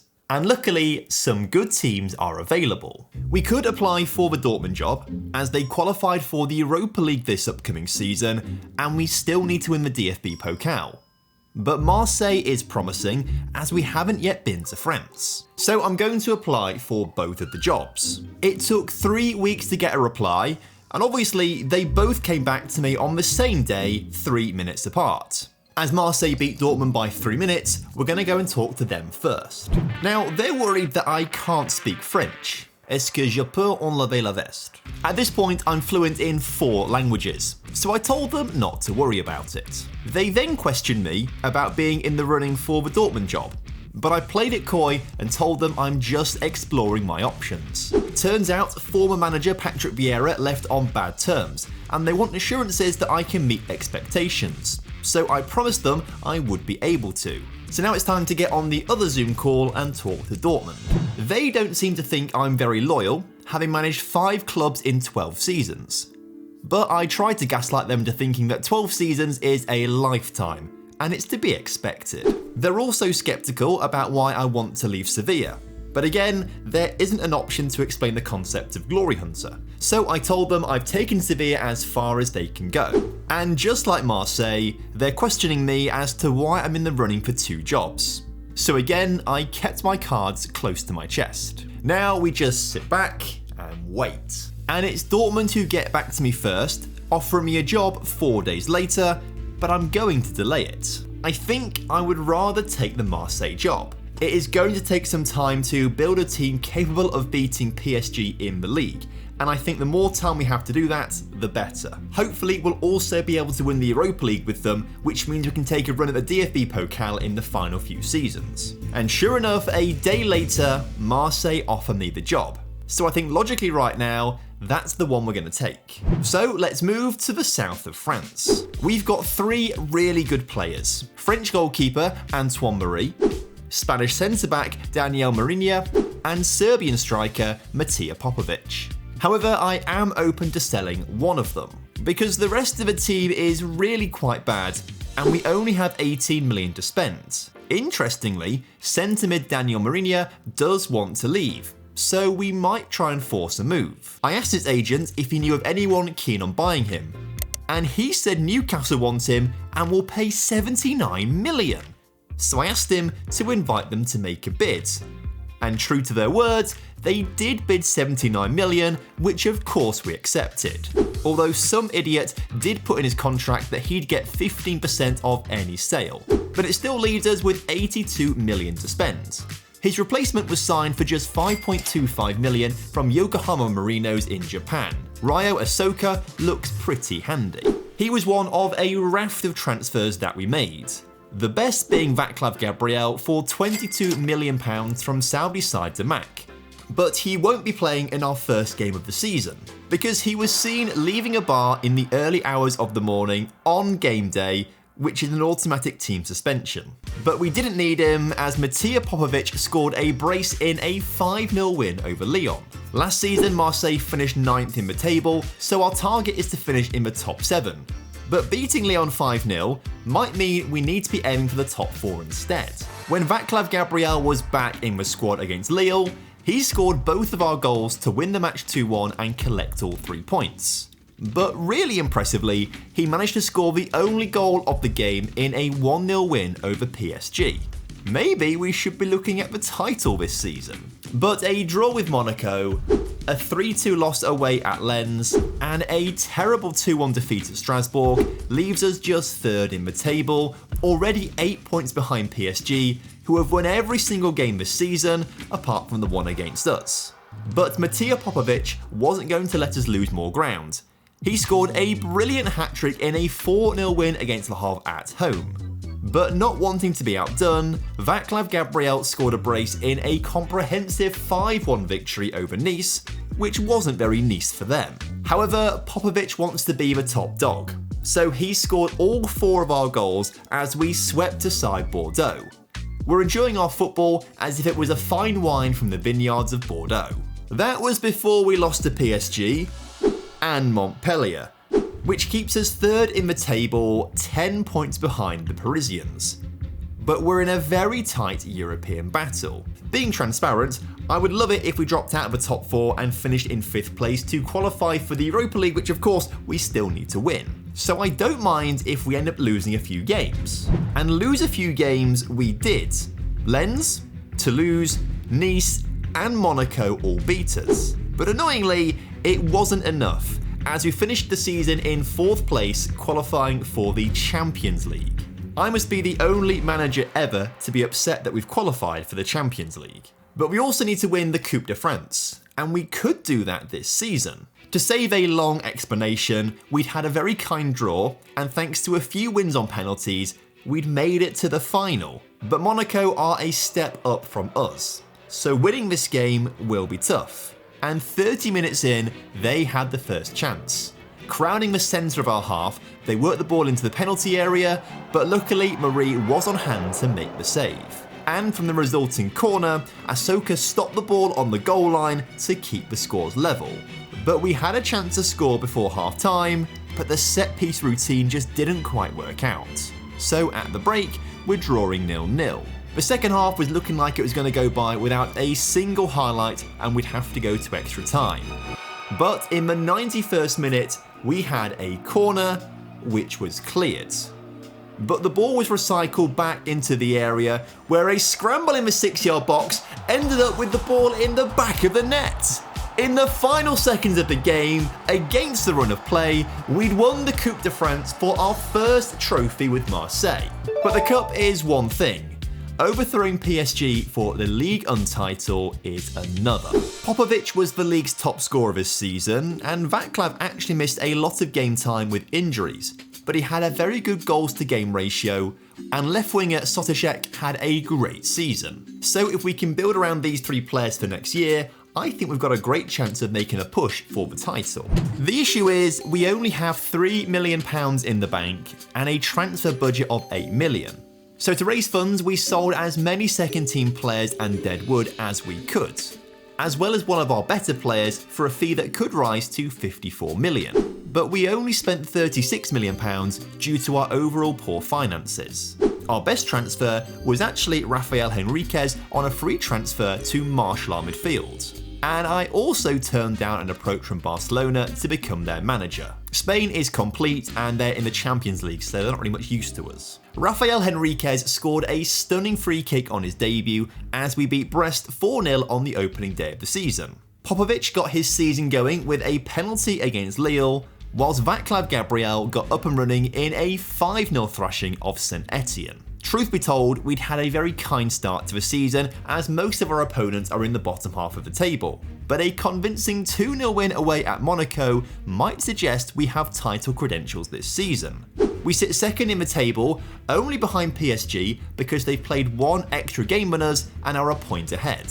But we did go top of the pile after the next match when we thrashed third place Nantes with Vaclav Gabriel scoring 1 and Matija Popovic scoring a brace. We then extended our lead over PSG as we welcomed them to Marseille, destroying them 3-0 and sent them back to Paris with their tails between their legs. Surely this is going to be our season. Well, we did stutter over Christmas as we drew 0-0 with Nice, 0-0 away to Lyon, and suffered a shock 1-0 defeat away at Brest. But Popovic and Vaclav Gabriel got us back on track in a 3-1 win over third place Lens, which does just keep us on top of the table ahead of PSG, but they now have the game in hand on us. We're also competing in the Champions League this season. We're not going to focus too much on it because we've already won the competition, but it is important to try and go far in it for the prize money. We really need to have a nice budget next season because I've pretty much sold every player I possibly could. In the grand scheme of things, our draw had been kind. The toughest opposition was probably Sevilla, who were only good because we made them good in the first place. We finished a point ahead of our former club, but a point behind another one of our former clubs, Juventus, to finish fourth in the table. We managed to squeeze past Barcelona 3-2 on aggregate in the round of 16 to set up a quarter-final against big rivals PSG. After drawing the first leg 1-1, the second leg was 3-3 at 90 minutes. When we scored in the 105th minute, we thought we'd won the tie, only for PSG to level the scores in the 109th minute, taking us to penalties. Now, the Parisians had their first penalty saved, but we missed our second penalty, our third penalty, and crucially, our fifth penalty, for the Parisians to defeat us and progress to the semi-finals. Hopefully, this isn't a sign of things to come. Well, it didn't seem like it as we went toe-to-toe with PSG, as we both won almost every single game for the rest of the season, and crucially, we recorded big wins over rivals like our 3-0 win against Monaco and a 3-1 win against Lyon. However, we did slip up against Toulouse and Rennes, dropping 4 points, which meant our game away at PSG was going to be a title decider. The Parisians took the lead, but Vaclav Gabriel pulled one back. However, in the 83rd minute, PSG scored the decisive goal, narrowly winning the match 2-1 and winning the title ahead of us by a single point. This is painful. We won 26 of our 34 games, losing just 2 of them, and we still can't win the title. Popovic and Gabriel had 61 goal contributions between them, but Popovic wasn't as prolific as he was last season, and at 31 years old, might be slowing down. But thanks to the Champions League, we have 81 million in the bank and 53 million to spend on transfers. So it might be an idea to replace Popovic with a brand new star. And that star is Nahuan Ramirez, signed for £38.5 million from Everton. We also signed Nicolas Bacola for £19 million from Racing Club in Argentina, which meant we were now over our foreign player quota by 2. That means we had to sell a couple of decent players, but overall, the players we brought in have strengthened our squad and were better than last season. Ramirez scored a brace on his debut as we beat Lille 3-0 away from home, and Vaclav scored the third from the right wing. But we're going to rotate him and Popovic around to see who plays better alongside our 2 new Argentine attackers. And in the 7-1 win over Toulouse, Popovic scored a hat-trick, although he was moved up front later on in the game. But overall, Popovic did seem to be more clinical, scoring the only goal of the game away from home at Monaco. But new left winger Bacola decided he wanted to be our main goal scorer from the left wing, as he scored 5 past a Saint Etienne side that had just avoided relegation last season and are doing okay this time around. But whatever they did, they just could not stop Bacola. But of course, none of our other attackers could score more goals than Ramirez, who picked up a brace in a superb 5-0 win over PSG. That result put us 5 points ahead of the Parisians, who have already lost as many games as they did last season. Maybe this year is finally going to be our year. However, the cracks started to appear. In mid-November, we randomly capitulated away at Rennes and lost 5-0 for our first defeat of the season. But then, Ramirez got us back to winning ways with a hat-trick against Lens the very next game, as if nothing bad had even happened. We also managed to beat Monaco 2-1, cementing ourselves as France's second best team behind PSG and their only real challengers. But in February, we inexplicably lost 2 games in a row. First of all to St Etienne away, and then we lost against Nice in our very own back garden. And when you're battling against PSG, you just cannot afford to lose games like that. We do have a game in hand over them, but PSG are now 6 points ahead of us. So we have to keep pushing, and the boys stepped it up a gear. Ramirez scored in a 3-0 win over Brest, but it was the attacking midfielder, Ryo Asoka, who scored a hat-trick in an incredible 8-1 win at home against Bordeaux, which was quickly followed up by an equally impressive 6-0 win over Rennes to get revenge on them for earlier in the season. So when we took the lead against PSG in Paris, we thought this was our time. Until the 72nd minute when they equalised. 5 minutes later, our former player at Sevilla, Kubik, went down far too easily and won them a penalty, which of course, they scored. The match was then killed off in the 92nd minute as PSG won 3-1 on the night. I cannot believe Kubik would go down so easily like that to win a penalty. I feel betrayed. And this affected the team as we lost another 2 games despite being the better side on the night. It sees us fall 7 points behind PSG with 3 games to go. And although we did pick up 7 points in those 3 games, PSG picked up 9 to win their 17th title in a row. Once again, we finish in 2nd place, and it feels like the Glory Hunter Challenge is going all wrong. To make matters worse, we had a very poor Champions League campaign and got knocked out in the playoff round, which puts us in an even worse financial position than last summer. But the board have still given us £39 million to spend. Going forwards isn't an issue, we can score goals, so we need to improve our back line. As they say, defence wins championships. So for £20.5 million, we signed Urkel Inner to be our new left wing back, and then we spent £26 million on Roberto Rubio from Villarreal to be a Segundo Volante. But we do have a problem, and it's all my fault. I may have forgotten that Popovic's contract was running out. I was reminded when Monaco offered him a contract, so I quickly put 1 and 2, but he decided to leave the club. Cannot wait for him to score the goal that's going to win Monaco the title against us this season. We kicked off a new campaign against Nice, who took the lead at the start of the second half. But we fought back to equalise in the 78th minute, and then score the winner in the 89th minute for all 3 points. But this season, we didn't seem to have any huge scorelines. We beat Brest 1-0, travelled to Strasbourg and picked up another 1-0 win, and we even lost 1-0 away at Bordeaux, which wasn't part of the plan. But once again, we did beat PSG 3-0 at home. Verdeman sent off for 2 yellow cards in the 73rd minute when the scores were level at 0-0. We then scored all 3 of our goals in the final 7 minutes of the match to collect all 3 points. And this was a theme for PSG. It's the worst start to a season they've had for years, meaning we might actually be going toe-to-toe with Monaco instead. But they're level on points with us after we'd already beaten them 3-0, which I think puts us on the back foot, as we've dropped more points against other teams in the league. And then Monaco climbed above us in the table when we lost to Nantes. Thankfully though, we did get quickly back to winning ways, as summer signing Rubio scored in a 3-0 win over Lyon, and the other usual suspects were also in and amongst the goals, as we started to win games by larger and larger scorelines, putting ourselves back on top of the table.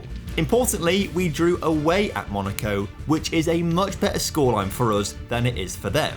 That's because they're chasing us down, and we've managed to open up a 2-point gap, and we're 8 points ahead of PSG, who who have completely collapsed this season. I kinda hope they do collapse this season and then sack their manager right at the end, and if we don't win the title, we can get the PSG job and basically be guaranteed the title next season. They did hold us to a draw in Paris though, and to be honest, we were lucky to get a draw against Le Havre thanks to a penalty that we scored. But they were the only 4 points we dropped in our next 7 games, winning the other 5 games and keeping a clean sheet in each of those victories. But Monaco had stepped up their game, only dropping 2 points and winning 6 of their last 7, putting them level on points with us. So the mission is simple. Win every single game for the rest of the season by a bigger scoreline than Monaco, and we win the title. So we started off with a 3-1 victory over Rennes, with Ahsoka and Henriquez on the score sheet. Václav Gabriel scored a beautiful chipped effort to defeat Lens away from home. Backup winger Kevin Germany, who's actually French, then scored a hat-trick at home as we beat bottom of the table Reims 5-0. But Nimes scored a penalty early on in our match against them. We then had to rely on both of our summer signings to score very late in the game to get back in control and eventually win the match 2-1.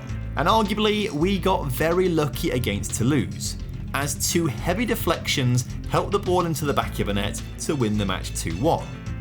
But if we hadn't won it, it would have been a huge FMing. So we'd done our jobs, we'd won 5 games in a row, and we've got 1 left to play. The issue is, Monaco have matched us, also winning 5 games, meaning we head into the final day of the season level on points. As long as we win, and Monaco don't better our scoreline by 3 or more goals, the title will be ours. Luckily, we had the perfect start to the game, as Boulet's throw was cleared back to him, but his resulting cross found Bacola at the far post, who headed us in front. 7 minutes later, and we thought we'd doubled our lead. The initial corner wasn't great, but the ball was laid off to Ahsoka, who shot narrowly missed. Moments later, Boulet thought he'd have a go himself, racing down the wing, driving into the area, but flashing his effort across the face of goal. Brest really had to get some possession and build some confidence, which is what they were doing, until their keeper passed the ball into the feet of Ahsoka, who found Ramirez, who was never going to miss an opportunity like that. And 29 minutes into the game, the result was looking inevitable, as once again Boulet raced down the wing, putting an excellent cross to the far post for Bacola to head home for his second. Half time and we're 3-0 up, whilst Monaco are currently winning 2-0. If we don't score any more goals, Monaco need to beat Strasbourg by 6 goals to win the title. But Boulet was looking for a hat-trick of assists for Bacola, and the duo combined once again, but this time they just missed the target. In the end though, it was Bacola doing the assisting, as his corner was headed home at the far post, and with 25 minutes to go, our fans started celebrating, especially when Brest went down to 10 men for receiving 2 yellow cards. Bacola was then able to complete his hat-trick as his corner was recycled back to him and he blasted in from close range. Brest did have one highlight in the game.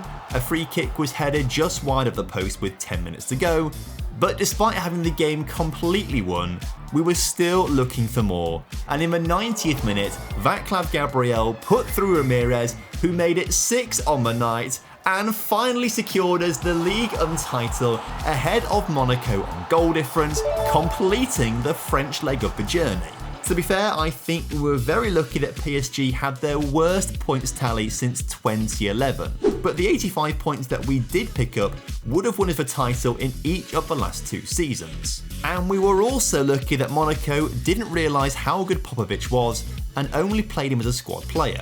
Had he scored as many goals as he did for us, it might have been a different story. Now we have 4 seasons left to win the DFB Pokal and Europa League. But none of the jobs available right now are at clubs in Germany or the Europa League. So I'm going to resign from Marseille so I can keep more of an eye on the job market. Ideally, we want a German club in the Europa League. But as summer went on, despite 11 top division jobs being available, none of them met our criteria. But that did change in early July. The Stuttgart job became available. Now, they're only in the Conference League, but they probably aren't good enough to be troubling the top 4. So ideally, we move to Stuttgart and have 4 chances to win the DFB Pokal and 3 chances to win the Europa League. 8 hours and 53 minutes after applying, I was invited to interview. Their big concern was that I've managed 6 clubs in 16 seasons. But I told them it's given me a lot of experience that I can use to help the club. They're also keen I work with the director of football, so I lied and told them that I would, and Stuttgart are aiming for a Conference League qualification spot. But my aim is the Europa League, so I told them we'd make it there. Now, we could hold on to see if a better club, maybe a Borussia Dortmund, sack their manager after a poor start to the season. But there is no guarantee that's going to happen, and we don't really have the time to waste. So although Stuttgart are only giving me £4.4 million to spend, they're our best bet right now. Will Stuttgart be our final club in the Glory Hunter Challenge? I hope so, because I'm definitely coming down with some sort of illness, so just a quick apology for this video because you're not going to get my usual dulcet tones. But I'm still making content for you, and I think that is worth subscribing for. Especially as 70% of you aren't subscribed. We're chasing down 200,000, we need to get there as quick as possible. I would also quite like to end the challenge alongside my new assistant manager, Romelu Lukaku. The team itself is okay.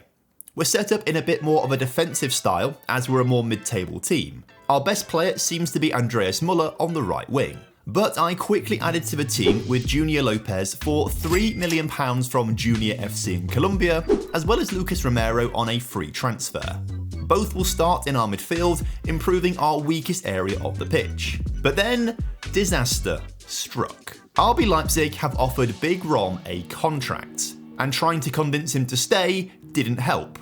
And so Rom is gone. Not only are RB Leipzig the only team in this challenge to reject me from a job, they've now stolen the only thing that brought me light and joy in the world. I will crush them. Our first game of the season was actually in the DFB Pokal first round, and Junior Lopez actually scored a brace in a 7-0 win over a team from the 4th division. Our first Bundesliga game was away at Big Rom's Leipzig, and we came away as unexpected 2-0 winners in the grudge match. We also had some impressive draws with our former club Bayer Leverkusen coming from a goal down to draw 1-1, whilst we also came back from a goal down to draw 1-1 with Hertha Berlin in the 76th minute. But we did lose to title holders Borussia Dortmund away from home at Union Berlin, who won the match in the 89th minute. But overall, we'd had a strong start to the season and sit 5th in the table, one of the 2 Europa League qualifying spots. But of course, we can also qualify for the Europa League by winning the DFB Pokal. We beat Wolfsburg 1-0 in the second round, and then pulled off a miraculous 2-1 victory over Bayer Leverkusen to reach the quarterfinals of the competition. And we could also qualify for the Europa League by winning the Conference League. After beating Dutch side Vitesse in the qualifying round, we'd won every single one of our league phase matches to only be 3rd in the table behind Arsenal and big scoring Valencia. But the Bundesliga is the pathway we have the most control over. The club's best player, right winger Muller, scored a brace in a 5-0 win over Dynamo Dresden. But somehow our centre defensive midfielder, Junior Lopez, was the club's top scorer, helping us to important wins in the league. But crucially, we weren't good enough to trouble the teams in the top 4, as we lost to the teams above us in the table, which leaves us in 6th place, exactly where we need to be. Back to the DFB Pokal, and we've been drawn against Vi Bundesliga side Magdeburg in the quarter-finals, who put up a really tough fight, but our attack was just too lethal, and our defence too solid, meaning we won the tie 2-1 to progress. But in the semi-finals against Dynamo Dresden, we took things up a notch and outplayed our opponents, absolutely destroying them to win the game 4-1 and make it to the cup final. But before that, we have the Conference League to contend with. We breezed past Swiss side Luzern, winning 4-1 away from home, and then 3-0 at our place to comfortably progress to the quarter-finals. Here we came up against Bosnian side Mostar, who were a really good defensive team. Despite having 20 shots in the first leg, only 2 of them went in the back of the net, as we just about won 2-1. But they couldn't do the same at their place, as we were just far too strong, winning 4-0 on the night to make the semi-finals. Turns out we're having an incredible season here at Stuttgart. However, we have Valencia in the semi-finals, who have scored 54 goals in 14 games. But we opened up the scoring in Spain 23 minutes in. But obviously, Valencia were always going to add to their 54 goals, as they scored twice before half-time to win the first leg 2-1. They then extended their lead by scoring 7 minutes into the second leg. But 3 minutes later, we equalised on the night, and 39 minutes into the game, we took the lead to level the scores on aggregate. Only for us to lose concentration and then concede a goal less than 60 seconds later, which turned out to be the final goal of the game. We're out of the Conference League at the semi-final stage. And because of all the games we had in the Cup and Europe, it was starting to affect our league form. Freiburg beat us, Bayern Munich beat us, and Cologne, well, they destroyed us. This means we dropped down into 7th place at the end of the season, one below where we need to be to qualify for the Europa League. However, if we do win the DFB Pokal, we do get a spot in the Europa League. Poetically, we are up against RB Leipzig, who stole Romelu Lukaku off us at the start of the season. But the game didn't start in the way we wanted. After a midfield battle, Leipzig got the ball forward into the penalty area and opened up the scoring on the night. Things got worse 31 minutes in when they doubled their lead, scoring from a corner. But a few minutes from half-time, we broke down the far side of the pitch, as Muller beat his man, found a cross onto the head of Evan Jude, who reduced the deficit at the break. I gave the boys a stern talking to and sent them back out, but it didn't work. RB Leipzig's set-piece routine bamboozled our defence, and we fell 2 goals behind again. No matter what we tried, we just could not get back into the game, and after such a promising start to the season, no DFB Pokal and no Europa League football. It is slightly concerning that our third top scorer ended up being our defensive midfielder, but I think if we can bring in even better attackers, our issues will be solved next season. The board are giving us a nice £69 million to spend on transfers, so I ended up rebuilding a lot of the team. To do that, we sold £60 million worth of players as well, including last season's second top scorer, 32-year-old Evan Jude. But we had to do that to bring in £103 million worth of players to basically do a full-scale rebuild. 19-year-old Borisov Pizarov for £1.9 million from Lokomotiv Plovdiv is by far and away our best transfer, and he will leave the line this season. Replacing Evan Jude, though, is Massimo Semino for £16.5 million from Albacete, who were relegated from the Liga last season.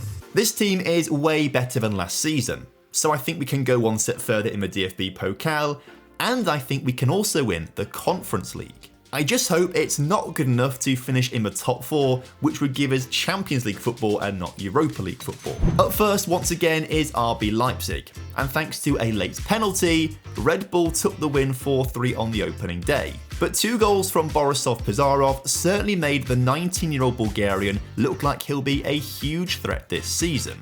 Junior Lopez was still scoring goals from a defensive midfield position as we beat Hamburg 2-1, and our new left inside forward, Massimo Semino, was in and amongst the goals in a 2-1 win over Augsburg. But we still don't have quite enough about us to be consistently beating the top teams, as Bayer Leverkusen beat us, which of course is good. We do not want to be in the top 4. However, thanks to other teams around us getting bad results, we're actually in 2nd place right now, which is not where we want to be. As it stands right now, we're qualifying for the Champions League via the Bundesliga. What we need to happen is see us drop down into 5th or 6th place, which would get us a Europa League spot for next season. Ideally, we'd also win the Conference League to have an insurance policy too. So I'm going to take a risk here, and it might not be in keeping with the spirit of the challenge, but we're getting pretty desperate. I'm going to force us to play in a default defensive Catenaccio formation in the hope we lose games in the league, but then switch back to what's working well for the Conference League and DFB Pokal to try and make the finals. And of course, there is no possible way for this to backfire. We started losing games, which was exactly what we needed to do. We didn't actually score for 8 Bundesliga games in a row, which really makes you think, why is this Catenaccio formation even a thing if it's so bad going forwards? But the main thing is, we've dropped down the table to 6th place, exactly where we need to be. So now we're going to go back to our usual formation to try and hold on to this position.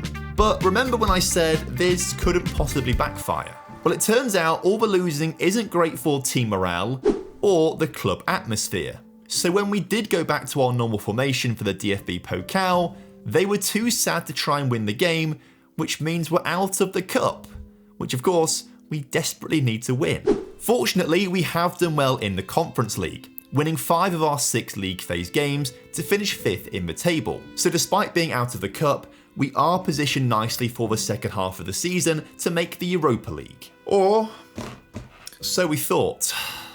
Because despite switching back formations, we still lost 3-1 to Frankfurt away from home, and when we travelled to Dortmund, we lost 2-1. Whilst we were difficult to beat, our attackers couldn't find form, meaning we drew a lot of games, and as a result, we dropped down to 8th in the table, outside of all the European positions. So now we have 3 games to get ourselves into 5th or 6th position, but with a 6-point gap, that looks almost impossible. We did manage to beat Freiburg 1-0 at home to get off to a good start, but all hope was lost when we suffered a 1-0 defeat to Heidenheim and then a 2-0 defeat to Bayern Munich on the final day of the season, which means we finish in 8th place and outside all of the European spots. It might just be my fault. However, we might still be able to reach the Europa League if we win the Conference League. In the round of 16, we were drawn against Rapid Bucharesti and won the first leg in Romania 1-0. A comfortable 2-1 win at home in the second leg saw us safely through to the quarter-finals. Interestingly, we had a much easier time of things against Swiss side Basel, comfortably winning the first leg 3-0, which makes it almost impossible for them to come back in the second leg, especially when they only score 1 goal and we score 3 of our own, to win the tie 3-1 on aggregate and make the semi-finals for the second season in a row. But Fiorentina will be tricky, as we just about held them to a 0-0 draw in Italy, where they admittedly were the better side. But 2 minutes into the second leg, we opened up the scoring from a nice set-piece routine. But 10 minutes later, Fiorentina pulled one back. However, the home crowd got behind us, and early in the second half, we scored the crucial goal to win us the game and send us through to the final as 2-1 winners. Luckily, we've been able to avoid Chelsea, who are a better team than us, and instead, we'll be playing Nantes in the final, who we want revenge over. As if you recall, they beat us in the first game of the league phase in the competition. So the season comes down to this game, where we have to beat a team that is full of confidence knowing that they beat us earlier on in the season. 15 minutes in and the first chance of the game comes to us. Working the ball down the right wing, Pizarro was open in the middle, but the keeper made a superb save to deny us the lead. 5 minutes later and we had a chance to build out from the back. Kicking it long, it fell kindly to Pizarro, who held off his man and blasted an effort past the keeper to give us the lead. And we almost doubled it 25 minutes in when a powerful header was pushed wide by the keeper. So at half time we hold on to a slender lead, but with some better finishing, we could have been up by 3 goals. The second half was much more uneventful, the first highlight coming in the 70th minute as we sent a free kick just over the bar. But from the resulting goal kick, we were able to win the ball in our defensive third and push forwards, finding a pass into substitute Siraj, who lost the ball on the edge of the area, but it was put back into the middle into Pizarro, who scored us a second goal to put the game beyond all doubt. For the second time, we've won the Conference League and secured ourselves a Europa League spot for next season to keep our hopes of completing the Glory Hunter Challenge alive. Thanks to our efforts to lose games in the middle of the season, we didn't actually score that many goals. But next season we'll add some more depth to the team to help us to win the Europa League. We have 35 million to make improvements, but the 5 players we brought in are only there to add depth and strength to the bench. But Antonio Di Gennaro for £7.75 million looks like a steal. If his physicals were better, I think he'd be our starting striker. Moments after coming off the bench for his debut though, he scored in our opening day 5-0 win against Nuremberg. He also scored off the bench in the 89th minute to beat Wolfsburg 1-0 away from home, and then got a brace in a 3-0 victory against Mainz to cement himself as our starting striker this season over Pizarro, who just couldn't seem to find any form. We won 7 and drew 3 in our first 10, putting us second in the table behind Bayern. This season, I don't want to mess around by trying to engineer a 5th or 6th place finish. We're going to try and keep morale high all season to win the Europa League. But if we can't do that, and then we finish in the top 4, we will be failing. So hopefully we can win the Europa League this season, because if we end up in the top 4 and make the Champions League next season, that is the challenge failed, because we won't have won all the trophies within 20 seasons. Speaking of the Europa League, we beat Feyenoord 3-1 at home, with new boy Antonio Di Janeiro scoring a brace, while centre mid Marek Kisiel got a brace in another 3-1 win against RZ when they came to visit us. We also had an incredible 3-0 win away at Atletico Madrid to cement our title credentials this season. We only dropped 2 points in a draw away at Portimonense, which means that we top the league phase table to be made favourites to win the Europa League this season. At the same time, we did suffer a couple of losses in the Bundesliga, which dropped us down to 3rd in the table. But crucially, we won in the first round of the DFB Pokal 2-0 before going on to beat Nuremberg 3-0 in the second round. We just squeezed past Schalke 1-0 in the third round to reach the quarterfinals where we lost last season, but there wouldn't be a repeat this year as we scored twice in extra time to beat Bayern 2-0 over 120 minutes. So as we get to the business end of the season, everything is going really well. We kept up with good results in the league, doing enough to beat the teams below us, but still slipping up from time to time against teams around us in the table. But we do have an issue. We ended the season in 3rd place, which means no matter what, for season 20, we will be in the Champions League. So if we don't win the Europa League this season, we will have failed the challenge. In the round of 16, we travelled to Bulgaria, where our Bulgarian, Borisov Pizarov, scored a brace in a 4-0 win. He then scored a 92nd minute penalty in a 3-1 win in the second leg to see us progress. The quarterfinal matches up with Portimonense, who we drew with in the league phase. But at home, 2 goals before the 30th minute gave us the advantage. We then made it 3-0 on aggregate 17 minutes into the game in Portugal, but they did manage to pull a goal back shortly afterwards. Luckily, 30 minutes in, we scored again to win the tie 4-1 on aggregate. But Lazio in the semi-finals would be tough. We did manage to take the lead 18 minutes into the game with a glancing header. Lazio then had a straight red card, which made life a lot easier for us, allowing us to see out the game as 1-0 winners in Rome. Which was handy as we drew the second leg 0-0 to reach the final. This means we have to take on Valencia, who beat us in the Conference League semi-finals 2 seasons ago. But we also had the chance to win the double. Remember, we are still in the DFB Pokal, where 1 goal from Diego Paredes, left open from a corner, was enough for us to clinch victory against Frankfurt in the semi-finals. We have the chance to complete the Glory Hunter Challenge this season.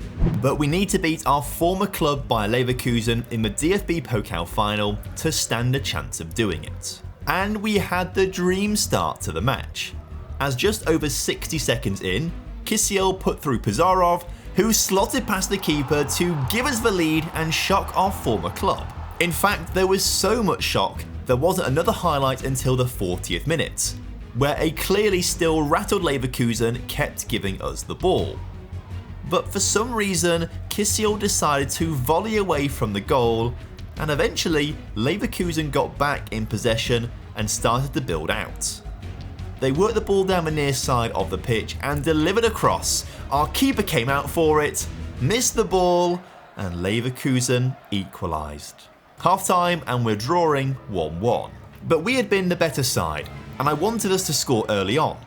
But momentum was now swinging in Leverkusen's direction, and they had the first chance of the half, but we just managed to get rid of it. Moments later, we won the ball in defence and tried to build through the middle of the pitch. The ball fell to the feet of Kisiel, who ran from the edge of the centre circle to the penalty area, took a shot, and gave us the all-important lead. But disaster struck 59 minutes in, when a foul committed by one of our players was judged to have been in the area, and Leverkusen were given a penalty. But our keeper held strong, guessed correctly, and made a crucial save to keep us in the lead. Once again, this meant momentum was swinging back in our favour. Pizarov received the ball and brought 3 defenders onto him, giving space for Semino to make a run. Pizarov then found him, and Semino found the back of the net, giving us back the 2-goal cushion. But the referee seemed hell-bent on Leverkusen winning, awarding them a really dubious penalty in the 74th minute. And this time, they managed to score it, making the game tight once again. Bodies were on the line, tackles came flying in, and Leverkusen just missed the target. But we held strong defensively, kept them at bay, and eventually, we won the match and lifted the DFB Pokal trophy above our heads to win our penultimate trophy of the Glory Hunter Challenge. 19 seasons, 12 trophies, and just 1 to go. So now it all comes down to this. Beat Valencia and we complete the Glory Hunter Challenge. Lose and we fail. Straight from kickoff, we could build possession as we passed the ball around the back, slowly working it forwards through the midfield before the ball was put through to Pizarov, who had his effort tipped over the bar. 10 minutes in and we were trying to fashion another chance down the far side of the pitch. Some neat passing allowed Dragon to put a low cross in behind the defence for Massimo Semino to put us in front. But Valencia weren't going to lie down. Less than 5 minutes later, they tried their luck down the near side. And despite our best efforts to dispossess them, the ball kept falling to Valencia, who shot from distance, but our keeper is in form. Semino is given a chance to break down the near side, using some clever footwork to get around his defender. But in the end, Valencia were able to clear the ball. But we sent it right back the other way. Pizarov laid the ball off, and we scored a low shot from distance to double our lead. But again, Valencia were quick to respond, immediately pushing forwards from kickoff and putting a low cross into the penalty area that we only just dealt with. But we just kept having better chances with our quick passing and movement. This time Pizarro putting his shot just over the crossbar. But Valencia kept coming too, and worked a neat corner routine into the area and pulled one back. But hope for Valencia was shattered when just before half-time, their main striker saw red, two-footed our player, and then saw red from the referee. Half-time and we have a 1-goal advantage and a 1-man advantage, which we made very good use of. Having extra bodies on the edge of the area for a free kick, our shot just hit the crossbar. And then we hit the crossbar again, this time from a direct free kick. We need to score to assert our dominance and relieve some of the pressure. So luckily, we have the cool head of left inside forward Semino to deliver exactly what we needed. Back with a 2-goal lead, we were cruising through the game and came agonisingly close to scoring a 4th. But instead, we hit the woodwork for the 3rd time in the game. Pizarov tried his luck again with a decent shot, but once again he could not find the back of the net. But by this point, Valencia were tired and running out of motivation. We sent the ball straight back up the other end of the pitch, and this time Muller finished past the keeper to score us our 4th goal of the game and win us the Europa League trophy, the final piece of the jigsaw as we complete the Glory Hunter Challenge, winning all 13 trophies in 19 seasons. And it's not a bad list of clubs to have been the manager of and win these trophies with either. So if you enjoyed this series, make sure you subscribe to the channel for plenty more stories in the future. But in the meantime, YouTube is recommending this video for you on screen. So let's test out how good YouTube algorithm is. Go give it a watch and see if you enjoy it, and if you do, leave a comment letting me know. See you in the next video.